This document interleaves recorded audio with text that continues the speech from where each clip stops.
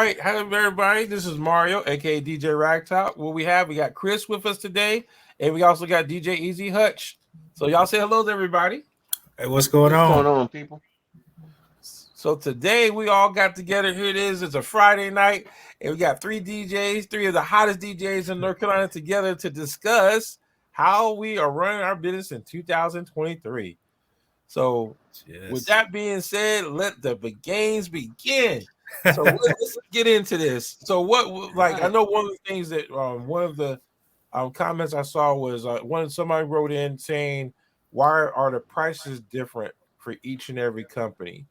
And what I thought was it'd be good, interesting to kind of like we can discuss what we have to pay behind the scenes, so people kind of get an understanding that operational cost is what drives most of the costs. Why our costs are different across the board for different DJs.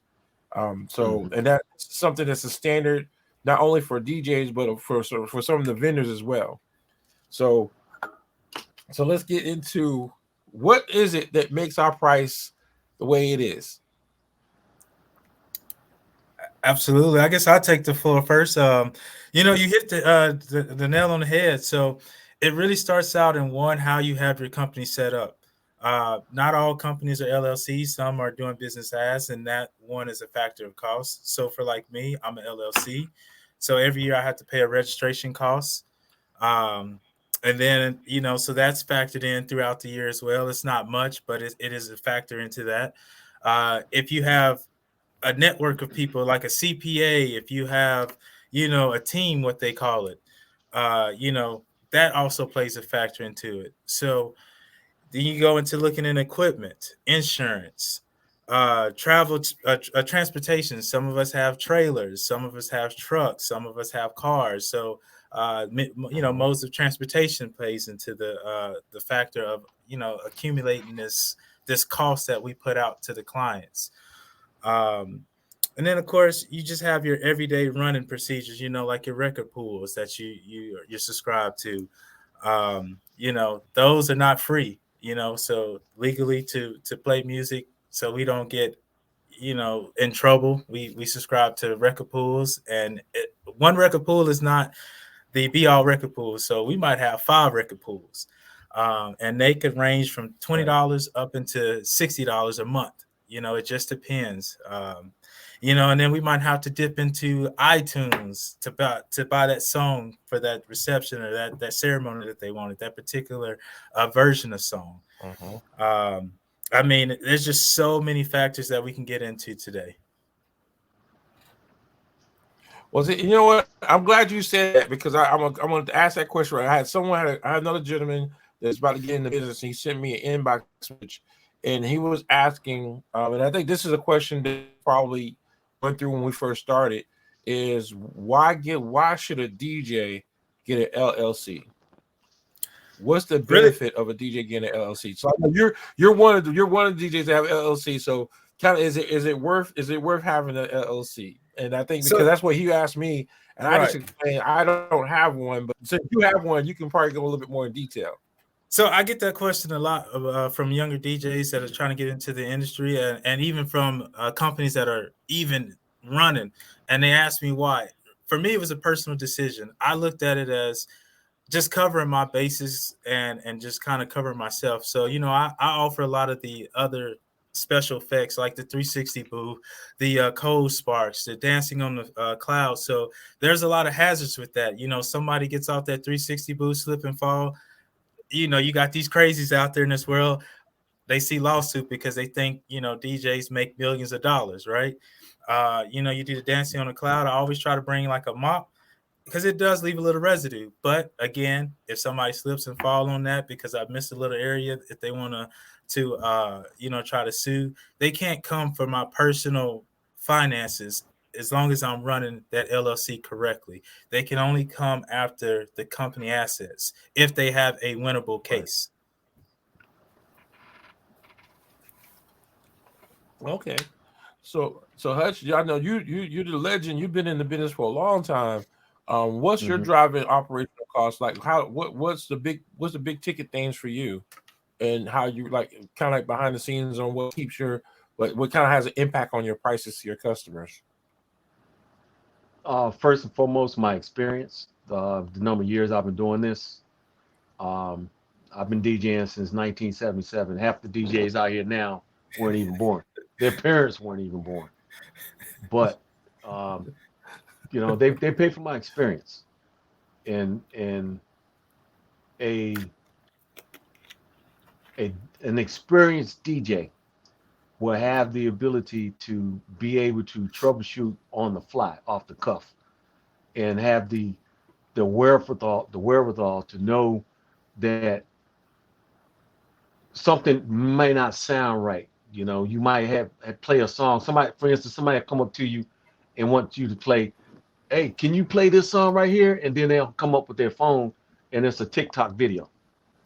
And it sounds good to them in their headset, but you play that through that system that we got, it's going to embarrass you. So, Right. I try to work around that, and to the best of my ability, I try not to do that. But if you have to do that, how are you going to play it? How are you going to connect that into your system? And some of these DJs out here now have no concept or even know which way to go with that, because I have my gig bag. I got, like I said the other night, man, I got some of everything in there. I got a sewing kit, I got safety pins. So when you're doing a birthday party and people like to pin money on their shoulder or on their garment, boom, not a problem. I'll dig into my bag. Here's a safety pin. And little things like that go a long way for a person, because the first time it happened, I didn't have no pin, and I saw how it went. I said, okay, boom. So I put pins in my bag. Then another instance, I needed a RCA to mini stereo connector. I didn't have one. It's in my bag. Right. I can't remember when I used it the last time, but I have it.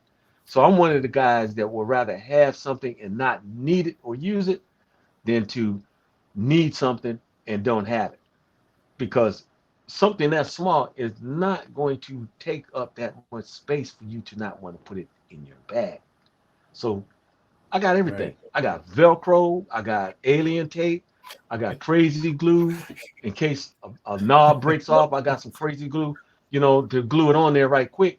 It's just little stuff like Right. I'm always thinking outside the box, man. Right. When I was in Right. the military, man, they used to call me Black Iver, man, because I was like, hey, don't take it to Sergeant Hutch. You know how to fix it. That, and that carried on, to even to the DJ aspect, because um, when you have that conversation with a potential client,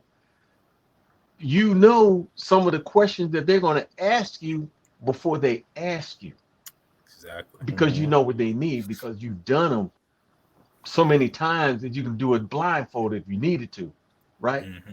Now, Chris brought up a Right. good point about the uh, the the the LLC versus a doing business as sole proprietor, and those types of things. I went that route. I've been there, done that.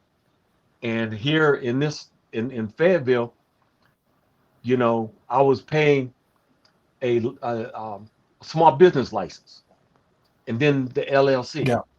But even with the Right. LLC, a small business license, if somebody wanted to write you a bad jacked up review and put it on Exactly. social media because they have the lack of integrity to confront you face up, that's the cowardly way of doing things, to shame a DJ.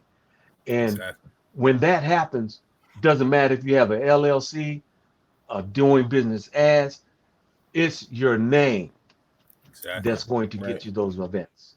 It's your Exactly. reputation that's going to get you those events. And when your name precedes you in a positive way, then you definitely have the right to charge what you want to charge, because you know your worth. The client doesn't. Because sometimes you Right. will have someone say, well, you're not doing anything but playing music. Okay. Well, let's go back and go to the backside of it. Okay. So it'll take me X amount of hours to prepare for your event. Right. It will take me X amount of time to load my equipment. It's going to, and you Mm-hmm. got to factor all that stuff in. We do it so much, we sometimes forget about it Yeah. when we give them our pricing. So Exactly. when it comes Right. to pricing, I don't put no prices on the website. Learned that a long time ago, because people we're price shop. Mm-hmm. Well, if you charging $100, $150 an hour, and they want you for 4 hours, and that's going to cost them $600. Well, how about if I just knock off an hour? How much is that going to cost them? Then they start nickel and diming you. But then when they come to the event, they want to treat you like they paid you $2,000 down there on a low budget. So no, I don't put no web prices on the website. When I have that conversation with you, then that's when I will explain to you the services that I offer, and then the kicker. This is the seal of the deal, is discounts. I tell I'm going to give you a $500 or $600 discount, and I'm not giving them no $500 or $600 discount, but they like to hear discount. You got them hook, line, and sinker. They done took the bait. Okay. So then when I do my contract, I will reflect the discount. So that way, if it comes down to it, they don't have my money by the time stated in my contract. Then when I take them to court, they have to pay for their discount too. Exactly. So it's always a win-win situation. You'll never go wrong with the discount, because you can charge what you want to charge and give them what you want to give them, but they still going to pay what you want them to pay you. That's how that works. So when you start doing that, and like I was explaining the other day, when I did that $700, when I raised my prices for the first time, I charged $700, and the client, I put them on a payment schedule. And after the first payment, the initial down payment, when it came time for the next payment, they decided that they wasn't gonna get married. No problem. I took myself off the market. Boom. I don't give no refunds on those deposits, and it's in my contract. Right. Then about a month or so later, they came back and wanted to know, was I still available? Yes, I am. They had to pay me another deposit, just like they booked me for the first time. So now they done paid me $600 in deposit fees that I was only going to charge them $600, $700 to do the wedding. Now they done paid $600, and they still owe me $400, $600, $500. Right. I mean, $400, whatever. They still owe me. So when the next payment came due, I let a week or two pass. I gave them some grace period, and they didn't reach back out to me. I was like, not a problem. I put myself back on the calendar. I got a booking for the same day of their wedding, and I was on my way to do a wedding, a destination wedding. And that's another thing. If you can do a destination wedding, that's an upsell, because the logistics for that aren't the same as doing a wedding that's 50 miles away. Most of the time you're doing a destination wedding, you're going a state or two down the way. So yeah, the logistics aren't going to be the same, because they're going to have to pay for your hotel. And sometimes I will give them the discount. I'll pay for my own fuel, but the amount that I'm charging them is coming out of that. So there's no love lost there. Right. So it's just a technique that I use. All right. Now, those yeah, go ahead. No, and I think that's one of the biggest pieces that people have to understand, is that the operation cost, logistics and operation cost behind the scenes is what really drives the price. I mean, experience is another factor, but the stuff that we have to do behind the scenes is just like a lot of people don't know. That in some places in Virginia, I found this out, is you have to actually go pay a work permit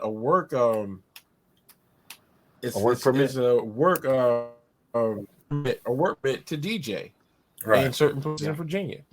And I found that out, I think, my third year in business, when I went up there to DJ. That's at 6335 Club. Oh, go ahead, Hutch. No, is that the one you're talking about, the 6535 Club in Richmond? No, it wasn't that one. It wasn't that one. It was it was actually out there on the outskirts of Suffolk. Okay, Peanut Farm area. Where it was a small town. In order to DJ, it's like it's funny. If you in order to do business in their town, you have to get a work permit, and it was a $25 fee just to get that work permit to DJ there. Yeah. See, I would have made the client. I've never heard of it before. Right. Yeah. Right, and most likely that's what it was that the client. Right, because like I said, I wasn't even aware of it until the venue asked me, did I have my work permit? And I'm looking at them like, huh? And I guess they really pushed that issue in that town. I'm like, I was like, I think I'm older. I mean, you know, when I said, in high school, right? You know, like I got a mustache. I look like I've been, you know. But when they said work permit, didn't have to explain to me, and then it come to find out the customer did take care of it. But that was just something I wasn't even aware of. Right. I can get my phone charged. Hold on. Go ahead. I'm listening. Yep. Yeah, man. That operational costs. I was going to break that down. That operational cost is a lot of people don't understand is that in order to operate a business, there's, of course, everyone knows there's a cost that we have to pay. And some companies or some DJ companies, even vendors in general, say even for venues, there's an operational cost. And that operational cost could be like if we have to pay for office space, if we have to pay for if we have to pay for marketing, if we have to pay for websites, we have to pay for business cards, everything in order for our business to be out front and available. There's an operational cost with that. Now, with each DJ or even individual companies, the operation cost is different. I know once when I started, I remember when I had a small little office and I was paying to run my business out of office. Okay, that cost me $150 a month just to have that one little office space. So my operational costs, I had to include that in for operational costs. So now working from home, my operational cost is lower. Huh? You good? I guess he had shake. But the operational cost, so he'll jump back. The operational cost is the biggest piece that drives, to me, that's one of the major conflict for me, my prices. That's what causes my prices to go up is down. It's costing us more money to purchase equipment. I mean, we went from equipment. I remember one light system was like $159 when I first bought it. That same light system is now $219. So it's like everything went up. So because of our cost to get the equipment that we need to run insurance. Oh my God. Insurance went up for almost everything. So we have to have insurance. We have to pay for that. Maintenance on the vehicles that we have, like said, the trailers. I know y'all both told me the story. You had a blowout on your tire trailers. Those all that cost comes into place, and then so when someone comes up and says, "Can you DJ for $100?" That dude, ma'am, sir, that doesn't even pay for my operational costs. So it's like, and that's why I tell people that Zoom meeting. Right. And a lot of people don't understand is when we had to go to virtual, and if you're a business owner and you're still trying to meet with your customers, guess what? You got to pay that $15 for Zoom. That's part of your operational costs. So a lot of people have to understand. Every DJ has a different operational cost, so their cost is going to be different. Every DJ have different amount of experience.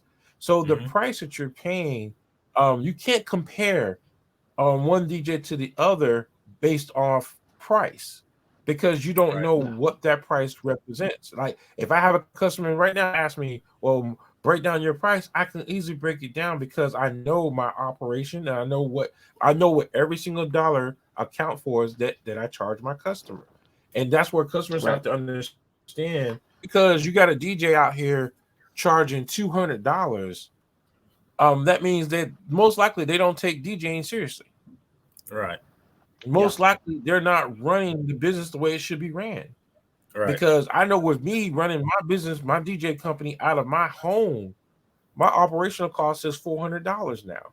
Exactly. That's monthly that I have to pay just to run my business. Right. So if I have to pay $400 just to run my business out of my own home, that should say a lot for okay, so I'm paying, I have to charge a certain amount in order for me to make a profit. And then Right. guess what?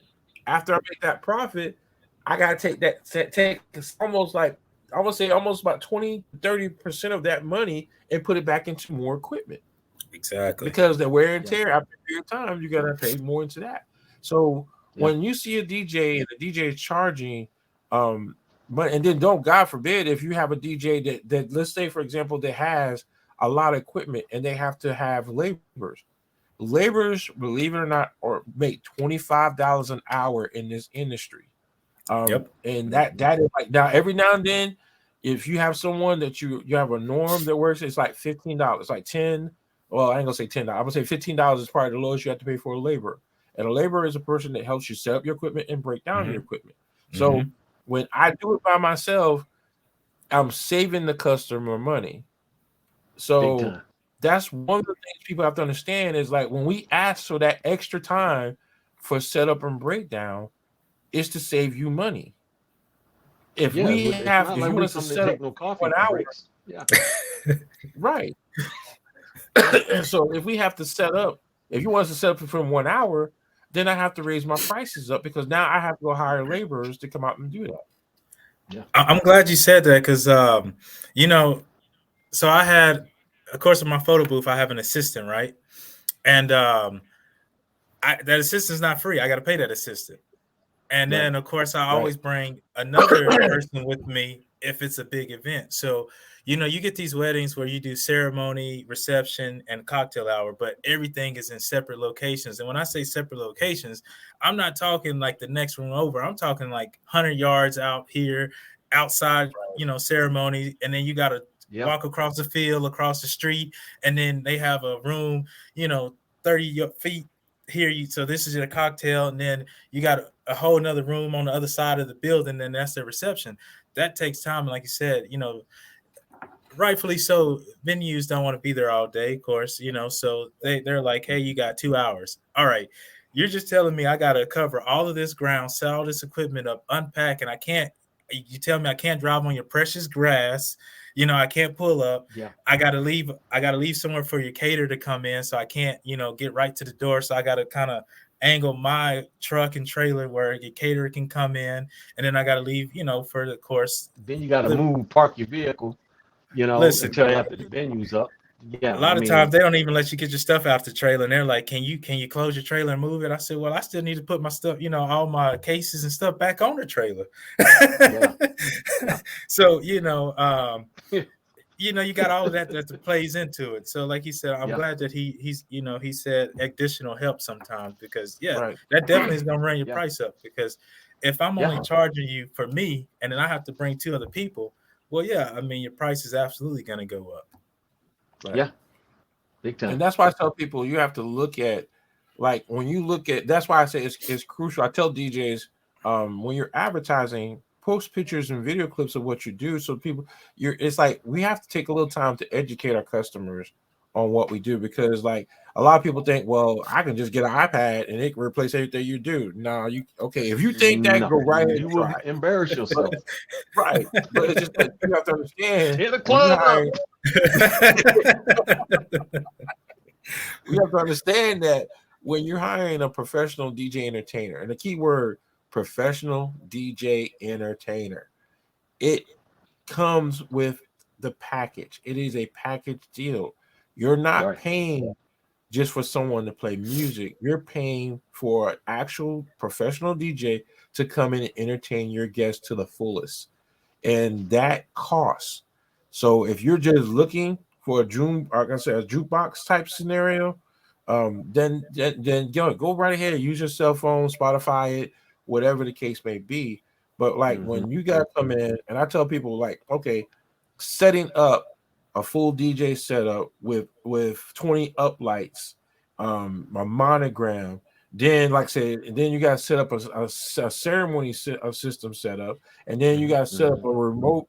In some cases, a remote setting for the cocktail hour. That's a lot of equipment, and then you take someone like me, like Chris. I know you kind of older than us, but I mean, like us young folks, like me and Hutch, we ain't got it like we used to back in the days. It's like it takes a little bit of time. So it's like you're paying for experience, and then you're also paying. What we're trying to do in most cases is, I had to break it down like one, like you have a DJ company, an actual DJ company that has people that work. They have employees. Right. They have to pay more money. More money has to be put out because their operational cost is going to cost a lot more. So when you go to DJ companies that hire people, they have, let's say, 15 to 20 people on their staff. Their prices are going to be higher because the operational costs. But then when you come to someone like us, we're mobile DJ entertainers. So with us, we might, if it comes down, what depends on what it is, we might have to hire 1 or 2 laborers to go with us. But in most cases, we're able to do it on our own. So we're saving you money in the long run. So when these DJs come out and they say, okay, I'm only going to do it for $400, they're coming by themselves. They're going to bring maybe 1 mixer or controller and two speakers. And in most cases, they don't even have their own table. You have to borrow a table from them in their own tablecloth. So we come in, we're coming in full presentation, DJ facade. We have high-tech equipment now to where our speaker systems, God knows, our most whose speaker systems are less than $500. Almost every speaker system now, that if you're in the business, you're going to pay over. Exactly. You're going to pay over $600 or $700 for your one speaker. Exactly. So let's try $1,200-$1,400. Right.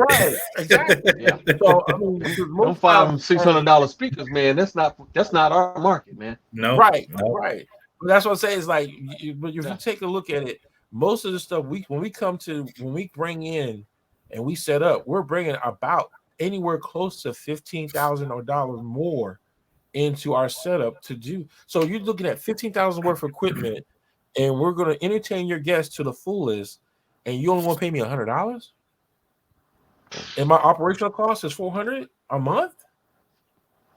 So that's why I want people to understand the differences, that when you see these different DJs out here with different prices, understand what you're paying for is that you're paying for the experience, you're paying for the operational costs, and then you're also paying for the quality of the equipment that they have to use to make sure that things are going to go correctly for your event.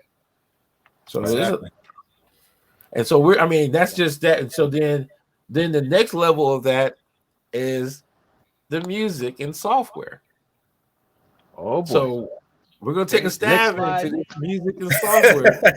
So we're going into the dark side of what we do now, is the music and software.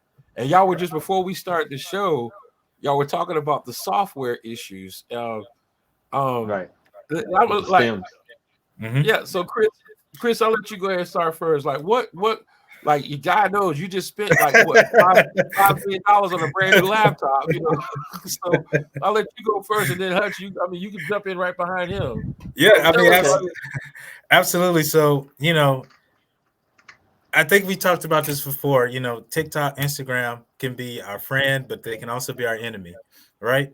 There's great information, there's great things out there on there, and everybody has access to it. So you get a lot of these people who are looking at this TikTok, Instagram, and they want us to mimic that, right? So that's fine. There's nothing wrong with that. It brings out the creativeness, within your DJ. So Serato come out with stems. Virtual DJs had it. Myself, I run Serato. I've been running for a minute, Chris. Because we're talking about some customers. Explain what stems is. So we because you and Hutch, we know what stems is. But explain to what stems is, so they understand what that is. So stems is basically how the music is made up. You can basically break down that music, the composition of the music, and you can have vocals, instrumentals. I believe you can even go in depth, and if you want to take out like your lows, just mainly lows, mids, so you can kind of take out elements of that track, and then you can mix it with another track, and you can just make that bind and really mix and gel and make a custom track on the fly. Right, that's the key word, on the fly. Right, on the fly. Right. So Serato come out with stems. You know, they just dropped it. I want to say 2 months ago. So I'm late to the party, and reason being is because I've been running my MacBook 2010, and I've already retrofitted. I've spent $600 to retrofit that MacBook. You know, to be able to perform and do everything that I needed to do. Well, now that stems have come out, I can no longer use that MacBook. So it for me, I want to get creative and I want to, be that entertainer. That's my aspiration is to be that entertainer. So, I started looking at computers, and the only computer that I found that could run it is either a high-end Mac that has an M1, M2 chip, or if you go get a gaming PC, which is Windows. And they're not cheap. They are not cheap at all. I just purchased one today, and it was $3,000 just for one computer, just one computer, and that's just for me to play music. That's just for the music to go on there, and that's all that computer is used for. I put music on it, and I don't go on internet on it. Live stream. I don't podcast on it. I don't do any kind of invoicing on it. I have a whole nother computer that's dedicated for that. That computer is strictly just for DJ. Right. Yeah. So it is crazy. Like, even what was that chip? That chip, I think that M1 chip and M2 chip was hard to come by for a while, and it pushed those Macs out, 6 to 8 months, and you couldn't even get them. And they the prices on those, shot up. It was out the roof. When they came up, when they went from the A chip to the M chip, everything went up on price. And that's one of the things that people have to understand. So we all have MacBooks, but Macs, like everybody know, a MacBook, I don't care if you get the MacBook Pro, MacBook Air, MacBook Wannabe, whatever it is, this MacBook, you're gonna pay over $1,000 for it. Oh yeah. Easily. Yeah. Now, if you happen to go in and you get something that someone had previously, you're still going to put a lot of money into it to get it where it needs to be at, and that's where it costs a little bit more maintaining. Because like a lot of people don't understand is that how do we play our music? Do people understand that we don't have the play button like you have on your cell phone or the play button from the Windows Media? We actually have to purchase software, and that software is expensive. It's not cheap. It's expensive, and then it depends on which software you get. You're paying monthly subscriptions for the software. So people have to understand. Free. Right, and the thing is that I want people to understand also is that we just can't throw music into a DJ software program. No, right. Technically you can, but if you want to do it the right way, if you want to make sure it registered in your database, you want to take time to make sure it's properly imported, the data, the tags, everything you need for it to be registered in your database. You got to take the time to do it. So that alone. Downloading music and putting your music together in your software is a job all by itself. I tell you what, but back in go ahead. On that note, when I was teaching DJing at Fayetteville State, that's one of the first things I would teach the students was the concept of how to get the music into Serato. Because on your hard drive, it's a folder. Right. When you take that identical folder, copy, and drag it, and drop it into Serato, it becomes a crate. Right. So in terms of what a DJ talking Serato crate, we know that we're talking about a folder. Right. But a client that has no concept of what Serato is, when you talk about a crate, they look at you like you got 5 heads. So I'll be like, a folder. So just let me copy this folder right here and drop it in here. So that way it saves them a whole lot of brain freeze, because when you talking crate, they like a crate of records. Yeah, but it's digital. Right. Okay? But that process in and of itself, if you don't import it, have it from the source, whether you got it from TikTok, YouTube, or what have you, if it's not done correct and you drop it into Serato, it's going to be corrupt. You're going to have that lightning bolt. That's when your system shuts down. your system shuts down on you, and then you get like a pause in the music and like no music, and that's when you hear Windows will do that. Yeah, Windows computers will do that. Serato won't do that to you. Right. If you have a corrupt file in Serato, it'll still play it. But Windows, it will crash your damn computer. It will crash your system down. Yeah. Mac could crash it too. Mac could do it too. Yeah. Now, I ain't never had a Mac crash on me like that. But if you got a fast processor, most of the time, even with the Windows, if you got a faster processor, it will jump right over it. Or like in mine, for example, mine will actually find if it's corrupt or something, it'll automatically find it. I mean, that's that i7 32 gigs of RAM. And then that processor, it'll automatically it'll find the history of where that file was at and pick it up and keep it going. Yeah. That's good. So it's that's the good thing now is there like some of the software is if it's played it before, it'll look for it in that location if it's not in the primary location it was at before. Right. Mm-hmm. I know one of the best things that Serato did that I love. So back, I think it was 2015-ish, 2016, somewhere around that time. So this is before they incorporated mixed in key. So the only way for you to get that key, you had to go purchase mixed in key. So you had to go purchase another software. Notes. Yeah, right. And then run it through that and then import it into Serato. So you get the key and then you have your BPM and then you analyze everything. So it was like 3 steps. And then Serato, I guess, joined with mixed in key, and now it automatically analyzes and then it finds the key once you analyze everything. Yeah, right. The Camelot key. Yeah. Right. Yeah. So let me ask this magic question. So then I'm gonna get my calculator out here. Like, so for example, Hutch, let me ask you first. I know you use more than 3, but like how many DJ softwares do you use across the board? Like what's that like? I know you do a lot. Like if you actually like right now, if you was to go to your computer, how much DJ software do you have like total on your computer? On the low end, about maybe 10 to 15. Cool. Between 10 and 15. 10 to 15. Now, yeah. Now, I want people to understand this, okay? He has 10 to 15 different softwares. The 10 different software, it probably goes as low as, 69? I think because you have Mixmeister, so I think Mixmeister is probably the cheapest one. And then from Mixmeister, it goes all the way up to, I think, $500-something. If you get the Serato DJ Suites, and they're like roughly like $450, something around there. So you're looking at now. That's just the DJ software. Then how much software do you have for lighting? I have Sound Switch for lighting.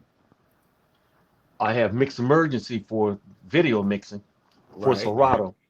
Right. Now the video mixing with Serato and Virtual DJ is like night and day.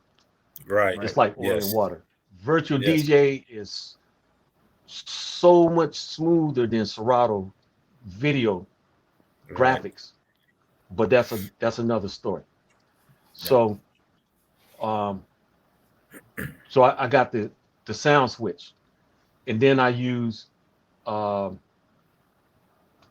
Pro AI. Now the DJ Pro AI, I use that a lot for my ceremonies, so that way my speaker's Bluetooth. I Bluetooth the speaker to that iPad, and then that software DJ Pro AI that's on that software, that's how I do my audio. So then the 2 inputs that I have on the speaker, when I mic the pastor and the groom, because most of the time the bride is a little bit difficult to mic her because of her gown. And then that way I have the inputs going into the speaker and coming out of both speakers during the ceremony aspect. But to get back to the original question you was asking me about the different softwares, right? The different softwares, like because you had like 10 to 15 for DJ, for lighting you have like for lighting you have how many? I have one for lighting. Sound Switch, right? And then you have for enhanced sound. How many softwares do you have for the enhanced sound? Oh, man, probably about 3. Okay. No, let me see. I gotta look at my notes here. It's a lot. I know, trust me, it's a lot. I actually had to So- sit down one day and actually look at how much software I have when I go out and do an event. How much software am I have to invest in to do an event? Right. And when you sit down and you do the numbers, we as DJs, we spend, if we're, like I said, if we're in this and we're professional full time, or even if you're part time and you're doing it at a good level, you're going to spend anywhere between $2,000 to $3,000 just on software alone. Mm-hmm. Yeah. Yep. Yeah. Now, so on the software, I use Convertio to convert. So Right. let's say that I have an MP4 and I need an MP3. I'll convert it using Convertio from an MP4 to an MP3, a AVE, a GOG, a WAVE, and about 10 other different um,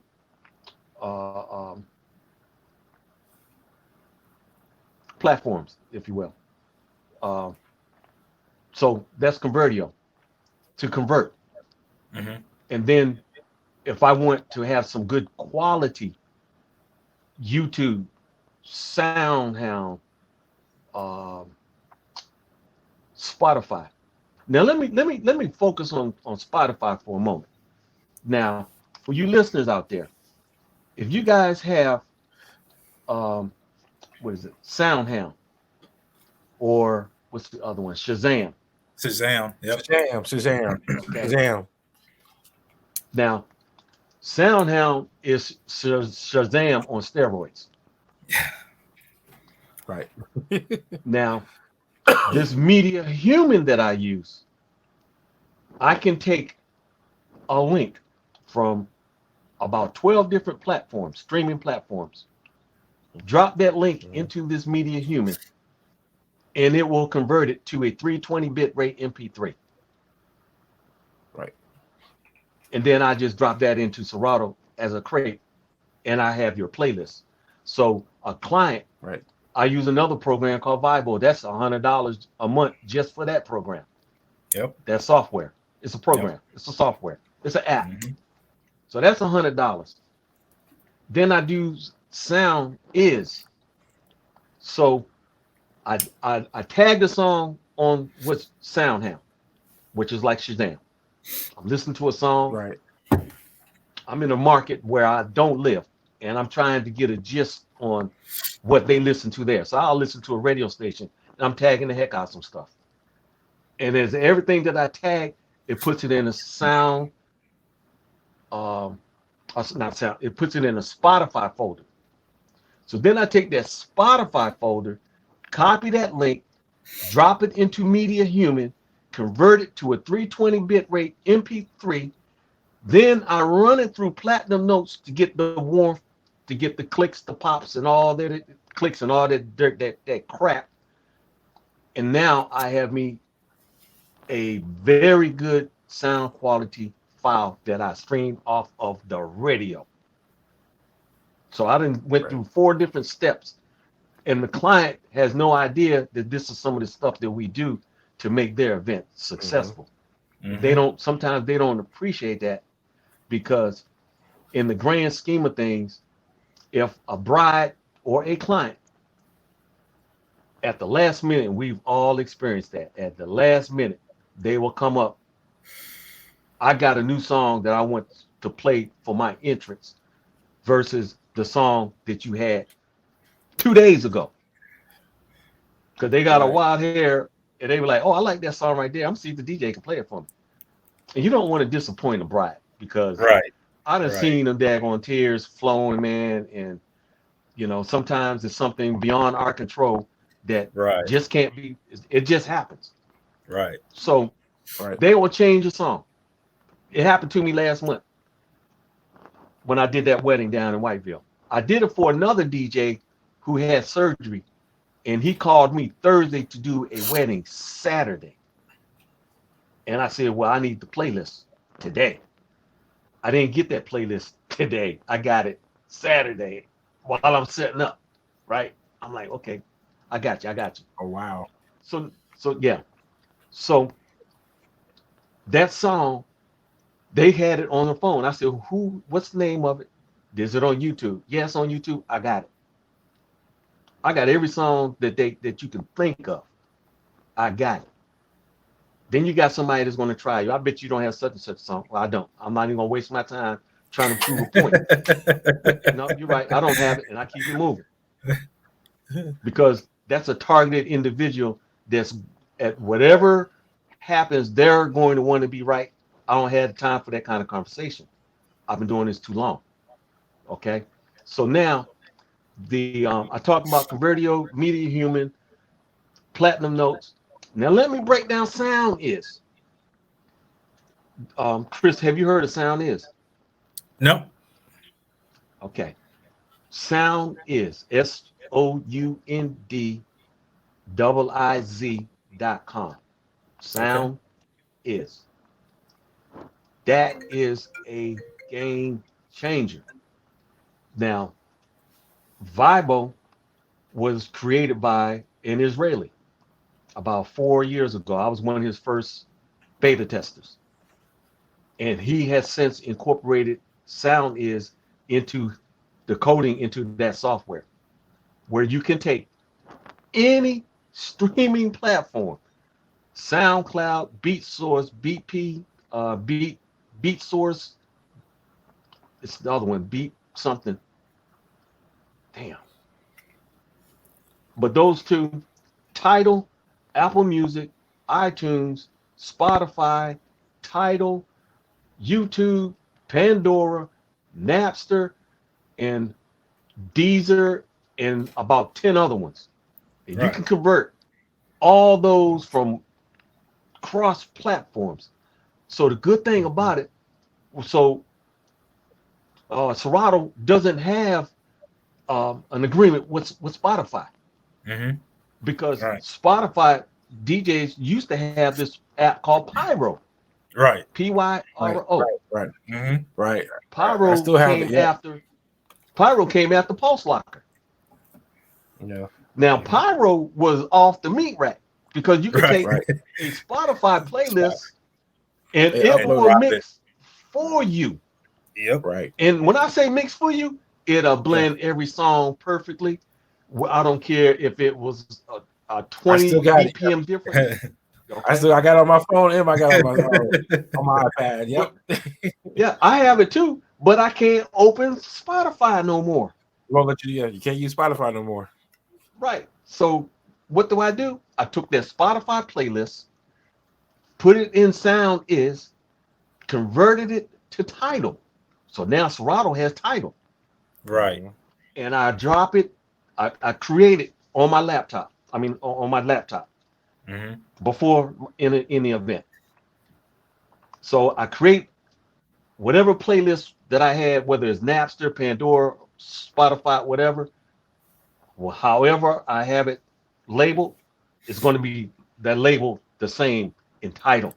Right. So then when I play it in Tidal, it's 320-bit. Right. And it's already been tagged because you analyze it when you put it into Sound Is, and it takes care of all that. And then I always run everything through Platinum Notes so that when I do the MP3, I'm good to go. When I run it through Sound Is and drop it and create that folder in Tidal, I got awesome sound quality. I don't have no degradation. You'll never know the difference if I was playing Tidal or if I was playing an MP3 on my controller. You never know the difference. Okay, but that's a cost, and that's a technique that I have. I don't always use that, but I have multiple ways of doing stuff. Especially like if I'm doing a live event, if somebody come up want to hear a song that I don't really have, no problem. What is it? A YouTube? Boom. I'll search for it on YouTube, and then I'll run it through Media Human, because I'll copy the link off of YouTube, drop it in Media Human. It's going to make it into an MP3. Then I'll run that MP3 through Platinum Notes, and I play it straight into the software, because as long as you playing it off of your hard drive and don't move it from the hard drive and put it into a crate, the song is not going to be missing. But if you download a song, play it, and then put it in a crate, you ain't going to find it the next time you go to look for it. You got all these question marks. And DJ's like, man, I lost all my music. I said, did you have it on your hard drive internal? Yeah. Right. Did you put it on another hard drive? Yeah. Where is that hard drive? It's at home. Well, you're jacked for the day. Exactly. You know, so if I'm not booked, I say, well, send me your email and I'll send you a link. And then you just drop that link into your set and you're good to go. So I done talked about Convertio, Media Human, sound is Vibo. Vibo, Chris, you nodded your head. Are you familiar with Vibo? I am. Okay. Mario, you are too, right? Vibo? VIBO? Okay. That right there.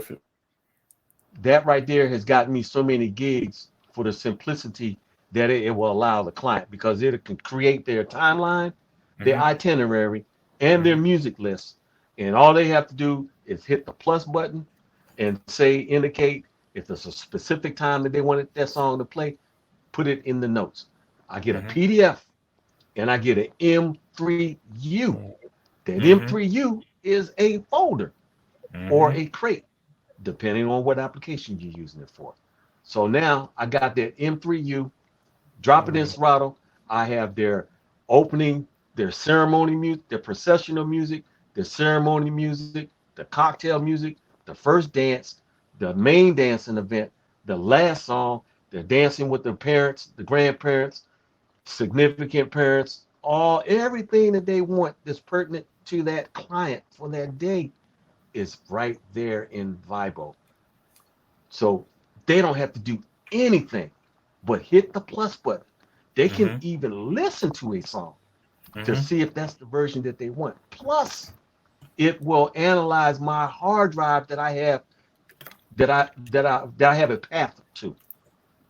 So if I get some new music from out of the 17 different record pools that I get every day, and I'm gonna get off of this and get on the record pool, but that's another avenue to keep your stuff organized. And that's why we can charge what we charge, because of the back end stuff that we do. So when we get to the event, all their playlists is right there in sequence, in the order that they want it. And then I put it in a prepare folder, and bam, when I'm ready to play it, boom, I got it on deck 1, 2, 3, or 4. That's when your 4 decks come into play. Right. And then you just flowing, bam, bam, bam, bam. Somebody needs a bridal party entrance, and the song is 2 minutes and 40 something, because a lot of the new music is less than 3 minutes. Boom, I got a cue point. Gets to a certain point on the beat, bam, I hit that note, that cue point, boom. It's a seamless loop. Exactly. On the fly. You know, and those are the skills that a good DJ, an experienced DJ will have. Thus again, why we can charge what we charge. Right. Okay. So I'm gonna pause. I'm gonna allow you guys to chime in. Go ahead, man. I think, and I say you hit it on the nose. It justifies what we charge, because like the stuff that we have to do, like I said, is, I mean, if people don't understand, we're like computer geeks behind the scenes when it comes to, because you have to, I mean, for real, I think we should have a degree in computer skill set, because of all the things that we have to do just to process one song. And that's when I tell people all the time, when you come up and you request a song and I don't have that song, let's say for some odd reason I don't have that song, it is not going to be like, okay, I'm not going to have it ready. It's going to be a second to get that song ready. So it might be 1 or 2 songs left. And then if the song doesn't flow with what I'm playing, you're definitely going to have to wait. But oh yes, that people have to understand is that if we're just playing like, and see what it is that what's going on is that what people see is they can go to their phone, they can pull up music and hit the play button, and so they got this bad thing in their head or in their mind that a DJ can do the same thing, and it's not the same thing. It's completely different, and I think that's where I know I know both you and Chris were saying it, and I wanted to kind of break it down to everybody. The standard music that a person will get or listen to is 128. That's the standard. It's CD quality. The one below that is 96, which 96 is a real bad quality. So you have your 96, you have your 128. I think after 128, it was at 256, and then after 256, 192. 192. I'm sorry, 192. I forgot about 192. 192, 256, and then 320. Right. I said 320 is what most DJs like to operate at. Any other music, if we're not using this high-tech software that automatically converts it into 320, when we download the music and it's, even some of these record pools is coming out as a 128. And that 128, it's CD quality, but in your sound system, 128 sounds like trash. So we have that we can get away with that. We're the only ones that really know, or people who know can pick up on it. Right. But we have to convert that music into a 320 because 320 is the best quality. So, but that's one of those things to where like because Hutch, I mean, good Lord, you went into y'all like, damn, I don't want DJ no more after you explain that. That's a lot of work. I mean, that's a lot of work that goes on that it is. need to understand. Yep. So Chris, what kind of software do you use? I mean, because God knows, like, I mean, Hutch just gave me. I'm up there like, dang, listen, he got a doctorate. He got a doctorate. I mean, in music because I'm listening to all the stuff he's saying. I'm like, dang. I said, yeah, we. I didn't go through all of it either. I know. Right. Yeah, I know. That's what I'm saying. You kind of like hit the process, not the other options that we have to go with that process. Right. Yeah. So I try to keep it. I try to keep it minimized, right? I have 3 different actual DJ interface softwares, if you want to call it that, right? On each computer I have 3 computers that I can actually DJ off of, right? So on my main 2, I have 3 different DJ softwares. As far as lighting, I have a computer that's dedicated to lighting. So I've been running Show Express, and that's been my main one that I've been running. But I do have another two different programs. But I'm actually gonna pick up Sound Switch. I've made that decision instead of getting that Wolf Mix. I'm gonna pick up Sound Switch. Good investment. So now I'm gonna have the box. Don't get the dongle. Yeah. Okay. See, I was gonna get the dongle. So I'm glad you told me that. Okay. Get the box. Get the box. All right. So now I'm gonna add that to my lighting. And then, as far as sound enhancement, I have 4. I have 4. So I kind of keep mine because for me, I'm gonna start messing with stuff, and then I kind of get off into the woods, and so I try to keep mine minimized, so I stay focused. And I'm glad he touched on Vibo. So I don't use Vibo. I actually use DJ Event Planner. I had that. Yeah. And and that's what I started with, and I almost switched to Vibo. But I actually got the automation and everything for DJ Event Planner, and I got DJ Event Planner to pretty much do what Vibo is doing. So I just stuck with DJ Event Planner. I didn't want to start over because I'm just saying. And I tell you this, with music, one thing that I have found, I give my clients now the option. I said, I give them prelude music, then they ask, well, what's prelude music? Well, it's the music that when your guests first arrive to your ceremony, that's basically wait music. That's what they're going to come into, and it's just going to be background wait music. So I give them the option. I can pick your prelude music. You can give me some parameters, whether if you want just traditional prelude, or if you want country, you want rock, whatever. You give me some parameters. You give me artists, right? Exactly, right. I'll pick it. But I also give them the option. If you want to hand pick it, you're more than welcome to hand pick it. I just need to know. Same thing with every step: cocktail, dinner hour, reception. So what I have found is when I did that, switched over to that, I got a lot of clients who like, I did not know how much music and how much planning you needed that to go into this. And I mean, I said, yeah, absolutely. This is why, we charge, and we're kind of very particular about our timelines when we send something to you and like, hey, this timeline, I need this and this and that on this day or this day. And a lot of times, most of the clients are like, you know what? I'm overwhelmed with music. Just do it. Hey, just kind of stay within these confounds and just make it happen. Yeah. Because that's important. Absolutely. Yeah. So, and I think that's one of the things that when we sit back and like, I remember when Hutch had the event planner, because I remember we were trying to get it to work on his website, and it kept messing up on us. And I remember when I first saw it, I said, "Oh hell no, I'm not messing with that." Yeah. I was like, I'm not messing with that, because that was just a whole nother rabbit hole that you had to jump down.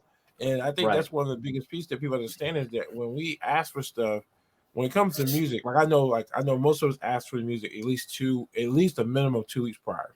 Do we get 2 weeks prior? In most cases, no. But it would be nice to get the music 2 weeks prior, because then we can go through, edit the music, and make sure it's properly prepared. I remember there's times, and I think we've had this. I'm not sure if y'all had this happen to y'all one time. I remember there was a last minute, we want this YouTube song. They sent me the link. Because it was last minute, I went through, didn't have time to listen to it, didn't have time to make sure. So here it is. I go get the song, I download it, play it during the ceremony, and at the end, the advertiser come on. Hey, come out and buy. Whoa, what? You have to turn it off. Yeah.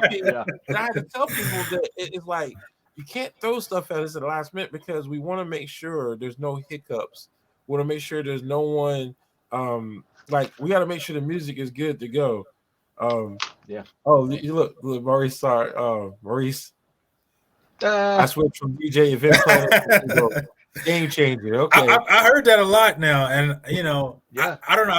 I've just been able to go in there and fine tune DJ event planner, and I mean, every time a client see it, they're like, "Yo, that is beautiful." Because now there's a DJ, I'm not gonna say no, but there's DJ out there that solicited his service to go in and to build your event planner. Which I'm not against it. Hey, if you don't want to do it, let them do it.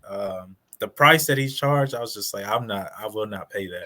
So I made it like it was something. It was something I was like, all right, I'm gonna do this. I'm gonna figure this out. And once I figured it out, it's been pretty flawless and seamless after I figured it out. It takes a little bit to get used to, though. I'm not gonna lie. Yeah, it does take a little bit. Now look. Let me pull out the calculator. So how much a month do y'all pay for this service? Bible. I got a calculator going. Okay. Just for event planner. So I'm on the single ops right now. I'm able to still get away with that one. I'm only at $30 a month. Okay. So that one's not bad. So that's another dollar sign. Right. So that's what I'm saying. People don't understand that the dollar signs that we do, the stuff that we have to go out and purchase, is like me again. I'm able to keep my costs down because guess what? I'll go on there on PowerPoint. I'll design my whole planning outfit situation. I convert it over to a PDF and make it a digital file to where they can do a fill in, and it's done. Because I remember when Hutch showed me the event planner, I think it was Hutch, and I think Nate was showing me the stuff that they had and the stuff that you have to do. I said, ain't no way in the world, because that's just a whole nother job by itself. And that's why go ahead, Hutch. Here's the thing that got me sold on Vibo was the simplicity of it. Right. Because I have templates. I'm talking Russian music, Bollywood, Chinese, gypsy music, Afro beats. Right. All, man, it's so many different templates, and all the client has to do is just to look at, and it's even in their native language. I don't read Chinese. I don't even write Chinese. I like Chinese food. That's about the closest I can get to China. Give me some damn egg rolls and I'm good, right?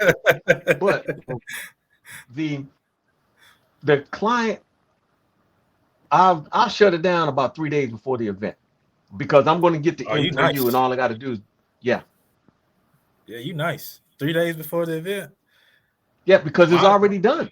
Mine's locked out a week before the event at the minimum. Yeah. But see, and the reason why I do the 3 days, I lock it out 3 days is because all the work is already done. All I got to do is is Well, create the M for you and drop it in Serato, and it's done. Right. The client does all that. So when I drop it into Serato, now Maurice Starr jumped on. Well, he made a comment. I want to thank him because he's the one that turned me on to Media Human. Mhm. And that right there is a game changer. Vibo is a game changer. Now, with Vibo, I use a CRM. I use Honeybook. There's a Mhm. couple of other ones out there, but Honeybook, and I use two of the other ones. I forget the name of them, but I tried those, and Honeybook is the best one on the market because I can do a proposal, an invoice, and the contract. They can digitally sign it, Right. and then they can pay me through an encrypted payment gateway. So I Mhm. don't see their credit card information, and it Mhm. hits my account instantly. Mhm. Right. Boom, And I think done deal. that's why I've been looking at Honeybook because like that software is off the chain. And Mari Star, he says I got to agree with Hutch. I have book 5 because they most likely have their playlist. All they have to do is pull it into Vivo, so Vivo has paid for itself. Right. There you Okay. go. Yeah. And so I Yeah. think, and I know DJ Event Planner, I guess I don't know how it was back when they first came out, but they actually incorporated that as well. So now my clients, they go That's cool. in and they, they click, and then they have like Yeah. top, they use what is it, DJ Top Intelligence. 100 playlist. Well, they Yeah. use that DJ DJ. Intelligence, right. They use Yeah. that, and then it pulls, and so it's constantly updating with top 100 this, and then top, Yeah. father daughter dance and all that, and Mm-hmm. Hmm. and then it also has the gateway. So that's the only reason why I chose Yeah. DJ Event Planner, because Okay. again, I knew others that did the Vibo and Honeybook combination, and I Right. was just Right. looking at logistics for where I was at because I had also Got you. had an Got you. office, and at that time I was like, all right, you know, You had to cut your right now my costs. prices Yeah, are you was on at a bad budget, man. basic. Yeah. Right. I was like, I'm basically charging clients their threshold right now. I can't really go Uh-huh. up too much, so Right. Right. I Right. had to kind of cut my costs where I had to. I So dig it. that's kind of Yeah. why I went there. But I'm not knocking Yeah. either one of them. I've heard very good things about Vibo and Honeybook. And you know Cool. what? And just like and this is like the perfect opportunity to point out to something to my customers that don't understand what we're saying is I really want to like point this out is like if you look at Hutch's price, you look at Chris's price, and then you look at my price, my operation cost is lower, so my prices are lower. So you can see like when we're talking about dollar signs, and I was joking about it earlier, but what I was saying is you can see the reason why there's a different cost because we have different operations. We Right. operate different. We use different software, which we have to pay for. All right, Maurice Right. is about to jump on, so let's welcome Maurice in. So, All ladies and right. gentlemen, let's give it for Mr. Maurice Starr. He's gonna jump What's in and up, going over dude? with us. Hey, what's going Hey, on? what's up? How y'all doing? We're Pretty doing All good. right. good. All We're sitting right, here man. talking Happy about the New Year, DJ man. business. Same to you. So, Maurice, I mean, you know Hutch and Maurice. This is Chris Allen, high speed DJ out of Goldsboro, aka Aim High Air Force. Nice meeting you. All right, nice meeting you too, my brother. Yeah. Yeah, Mario, I have to agree with Hutch. I think we as DJs we need to network a little more than what we're networking. Because if I got something, I'm immediately passing it on. Right. So is Hutch, so Right. is yourself. But Vibo was when I talked to Hutch, he told me about that. It was like night and day. So even though they are a little pricey, I booked 5 gigs already for this year just off that. Because when I showed them that on my presentation, they were like, "What? I can do this? I already got my Yeah. playlist over in Apple Music, so I can just yeah." So I understand we have to look at things like yeah, it's pricey, but it's a part of being a DJ. You know what I'm Right. saying? Right. And Right. I mean, I done made my money back off of it, so I don't look at it Mhm. like that. Now, DJ Event Planner, I do like that. But I had to go with Honeybook. It was just a total Yeah. game changer when I Right. went with Oh, Honeybook. yeah. Because like Right. everything is Yeah. all already there. Everything is all in one thing, and I don't have to do anything. I mean, everything is right there. I think the last event that I did, the young man, I said, "What did you like about the services. She said, well, let me start off with that. Whenever you sent me out the brochure, you know, it was nicely packaged and everything. And then she said you had the proposal and the contract all at once. So everything was right there. So I didn't even have any questions for you. Me and my fiance sat there and said, okay, we want this, we want that. We clicked, it gave us a total, and we paid. Right. So there's a new one that's out that's called Simple something. I was looking at it last night. You seen that one, Hutch? It's called Simple. It's a CRM. And they do like they come in with, you know, they're gonna give like you your own phone number. They're gonna give you your own. You have a SMS drip campaigns and stuff like that. But still, I'm gonna stick with Honeybook. You know, I don't want to get too many things, but Vibo and Honeybook. You know, I mean, I like that. You know, whatever's gonna work for you as a DJ. You know what I'm saying? Right.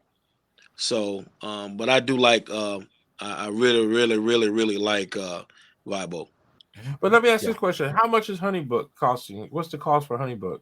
I think Honeybook is $40. Okay, and that's why $49 something like that. Yeah. And see, what we're doing is I'm kind of like what we're doing as right now is we're trying to get the customer to understand the price behind the scenes that we as DJs have to pay for, just so we have quality service, so we can provide quality feedback. That those programs are designed to give us the feedback that we need to be successful for their event, and it costs. And like I say, you go back and you hire $100 DJ. You just said $40 just for that, and you got these people like, okay, we only can afford to pay $200. Well, guess what? That don't even put a dent in my operational costs because I mean that's why I explained to when you get a DJ that's willing to charge you $200, then what they're looking at is they're just that DJ. All they're doing is they're using Spotify or a play music. Like they're not getting to the quality of the music like we do. They're not paying attention to that 320 versus that 128. They're not paying attention to the organization, like putting stuff in order. Like you were saying before, Chris, about the preload music. Most of the time, they don't even know what preload music is. So many DJs are not. Because there's a difference from being a club DJ, skate DJ, and a DJ entertainer, and or even a radio DJ. And there's multiple different categories of DJs, but there's a different level. Like I said, a radio DJ. Okay, so I know like Hutch and Maurice, y'all both were radio DJs before. What's the difference from being a radio DJ versus a DJ entertainer? Go ahead, Hutch. I don't know where to start at with that. Listeners, you interact with your audience being an entertainer DJ, radio, you don't. So you don't have no idea if they're feeling what you're playing or not on the radio versus being there in person. And that makes a big difference because you could be in that radio studio, because I started out as a mix show DJ. I'm playing all these mixes and everything. You can't play some of the mixes and keep somebody on the floor. Right. Unless you know how to rotate that floor. And because radio music and club music, not to say club per se, but a radio DJ, radio music in a formal event like a wedding is two different styles of music. Totally different. You know, and Hutch is so right about that. And here's the thing. You can play trap music on radio all day, but try playing a lot of trap music at a wedding. It's just not going to work. It's not. It's not going to get you bookings. It's different. Right. It's not going to get you bookings. That just sounds scary. That's a scary look. That was a scary picture there. Yeah. Because like we were saying the other day, man, Tear the Club Up. Maurice, you remember when Tear the Club came out? Y'all was playing it on the radio station. Right. Foxy. I never played that song in the club. You remember I was playing at Good Times when that song came out. And I was like, I'm not playing that song, man. You know, and you look at videos, man, people throwing chairs and tables and just fighting for no reason. Nah. And you know what? That's a good point, because when I was DJing in Korea, and it's funny, and when you DJ at a club, you know the songs that are going to cause fights. You know the songs that are going to cause people to happen. And it's funny because I'll sit back And the way it was in Korea at Camp Humphreys at Tommy D's, it was called Tommy D's, is I'll play old school music from 8 to 11 o'clock. No problems, no issues. Everybody have a good time. When curfew kicks in and it's time for people to come back on base, it's a little bit after midnight. Everybody don't got their soju in them and they don't drunk a little bit. And God forbid, like you said, you tear the club up. If you want to, they're gonna tear the club up because mentally they're so drunk. So the first thing come to mind, hey, let's do what the music's telling us to do. Right. So it's like, and that's one of the things about being a club DJ is you really get a chance to learn how to read your crowd. You know when your crowd is drunk, you know what not to play. So you know when you have a younger crowd, you know the music that you have to play. So you learn being a club DJ is where I really learned how to read the crowd. Yeah. And I have never had a fight in a club. Never. I can't say that. I can't say that. I have. I can't say that one. I've never had a fight. I seen a fight break off of bunny hop, so I know. Right. Now when the NCO club was open on Fort Bragg. Stab and Jab? No, the main NCO club. Oh, no, that wasn't Stab and Jab. Stab and Jab was the illicit club. That was the bingo center now. Okay, it's the bingo center. Right. That's by KFC, right next to KFC. Right. But the main NCO club is where the parking lot for Iron Mike is now. Right. That's where the main NCO club was in that area. It was a little a guest house behind it. A guest house, right. Yeah.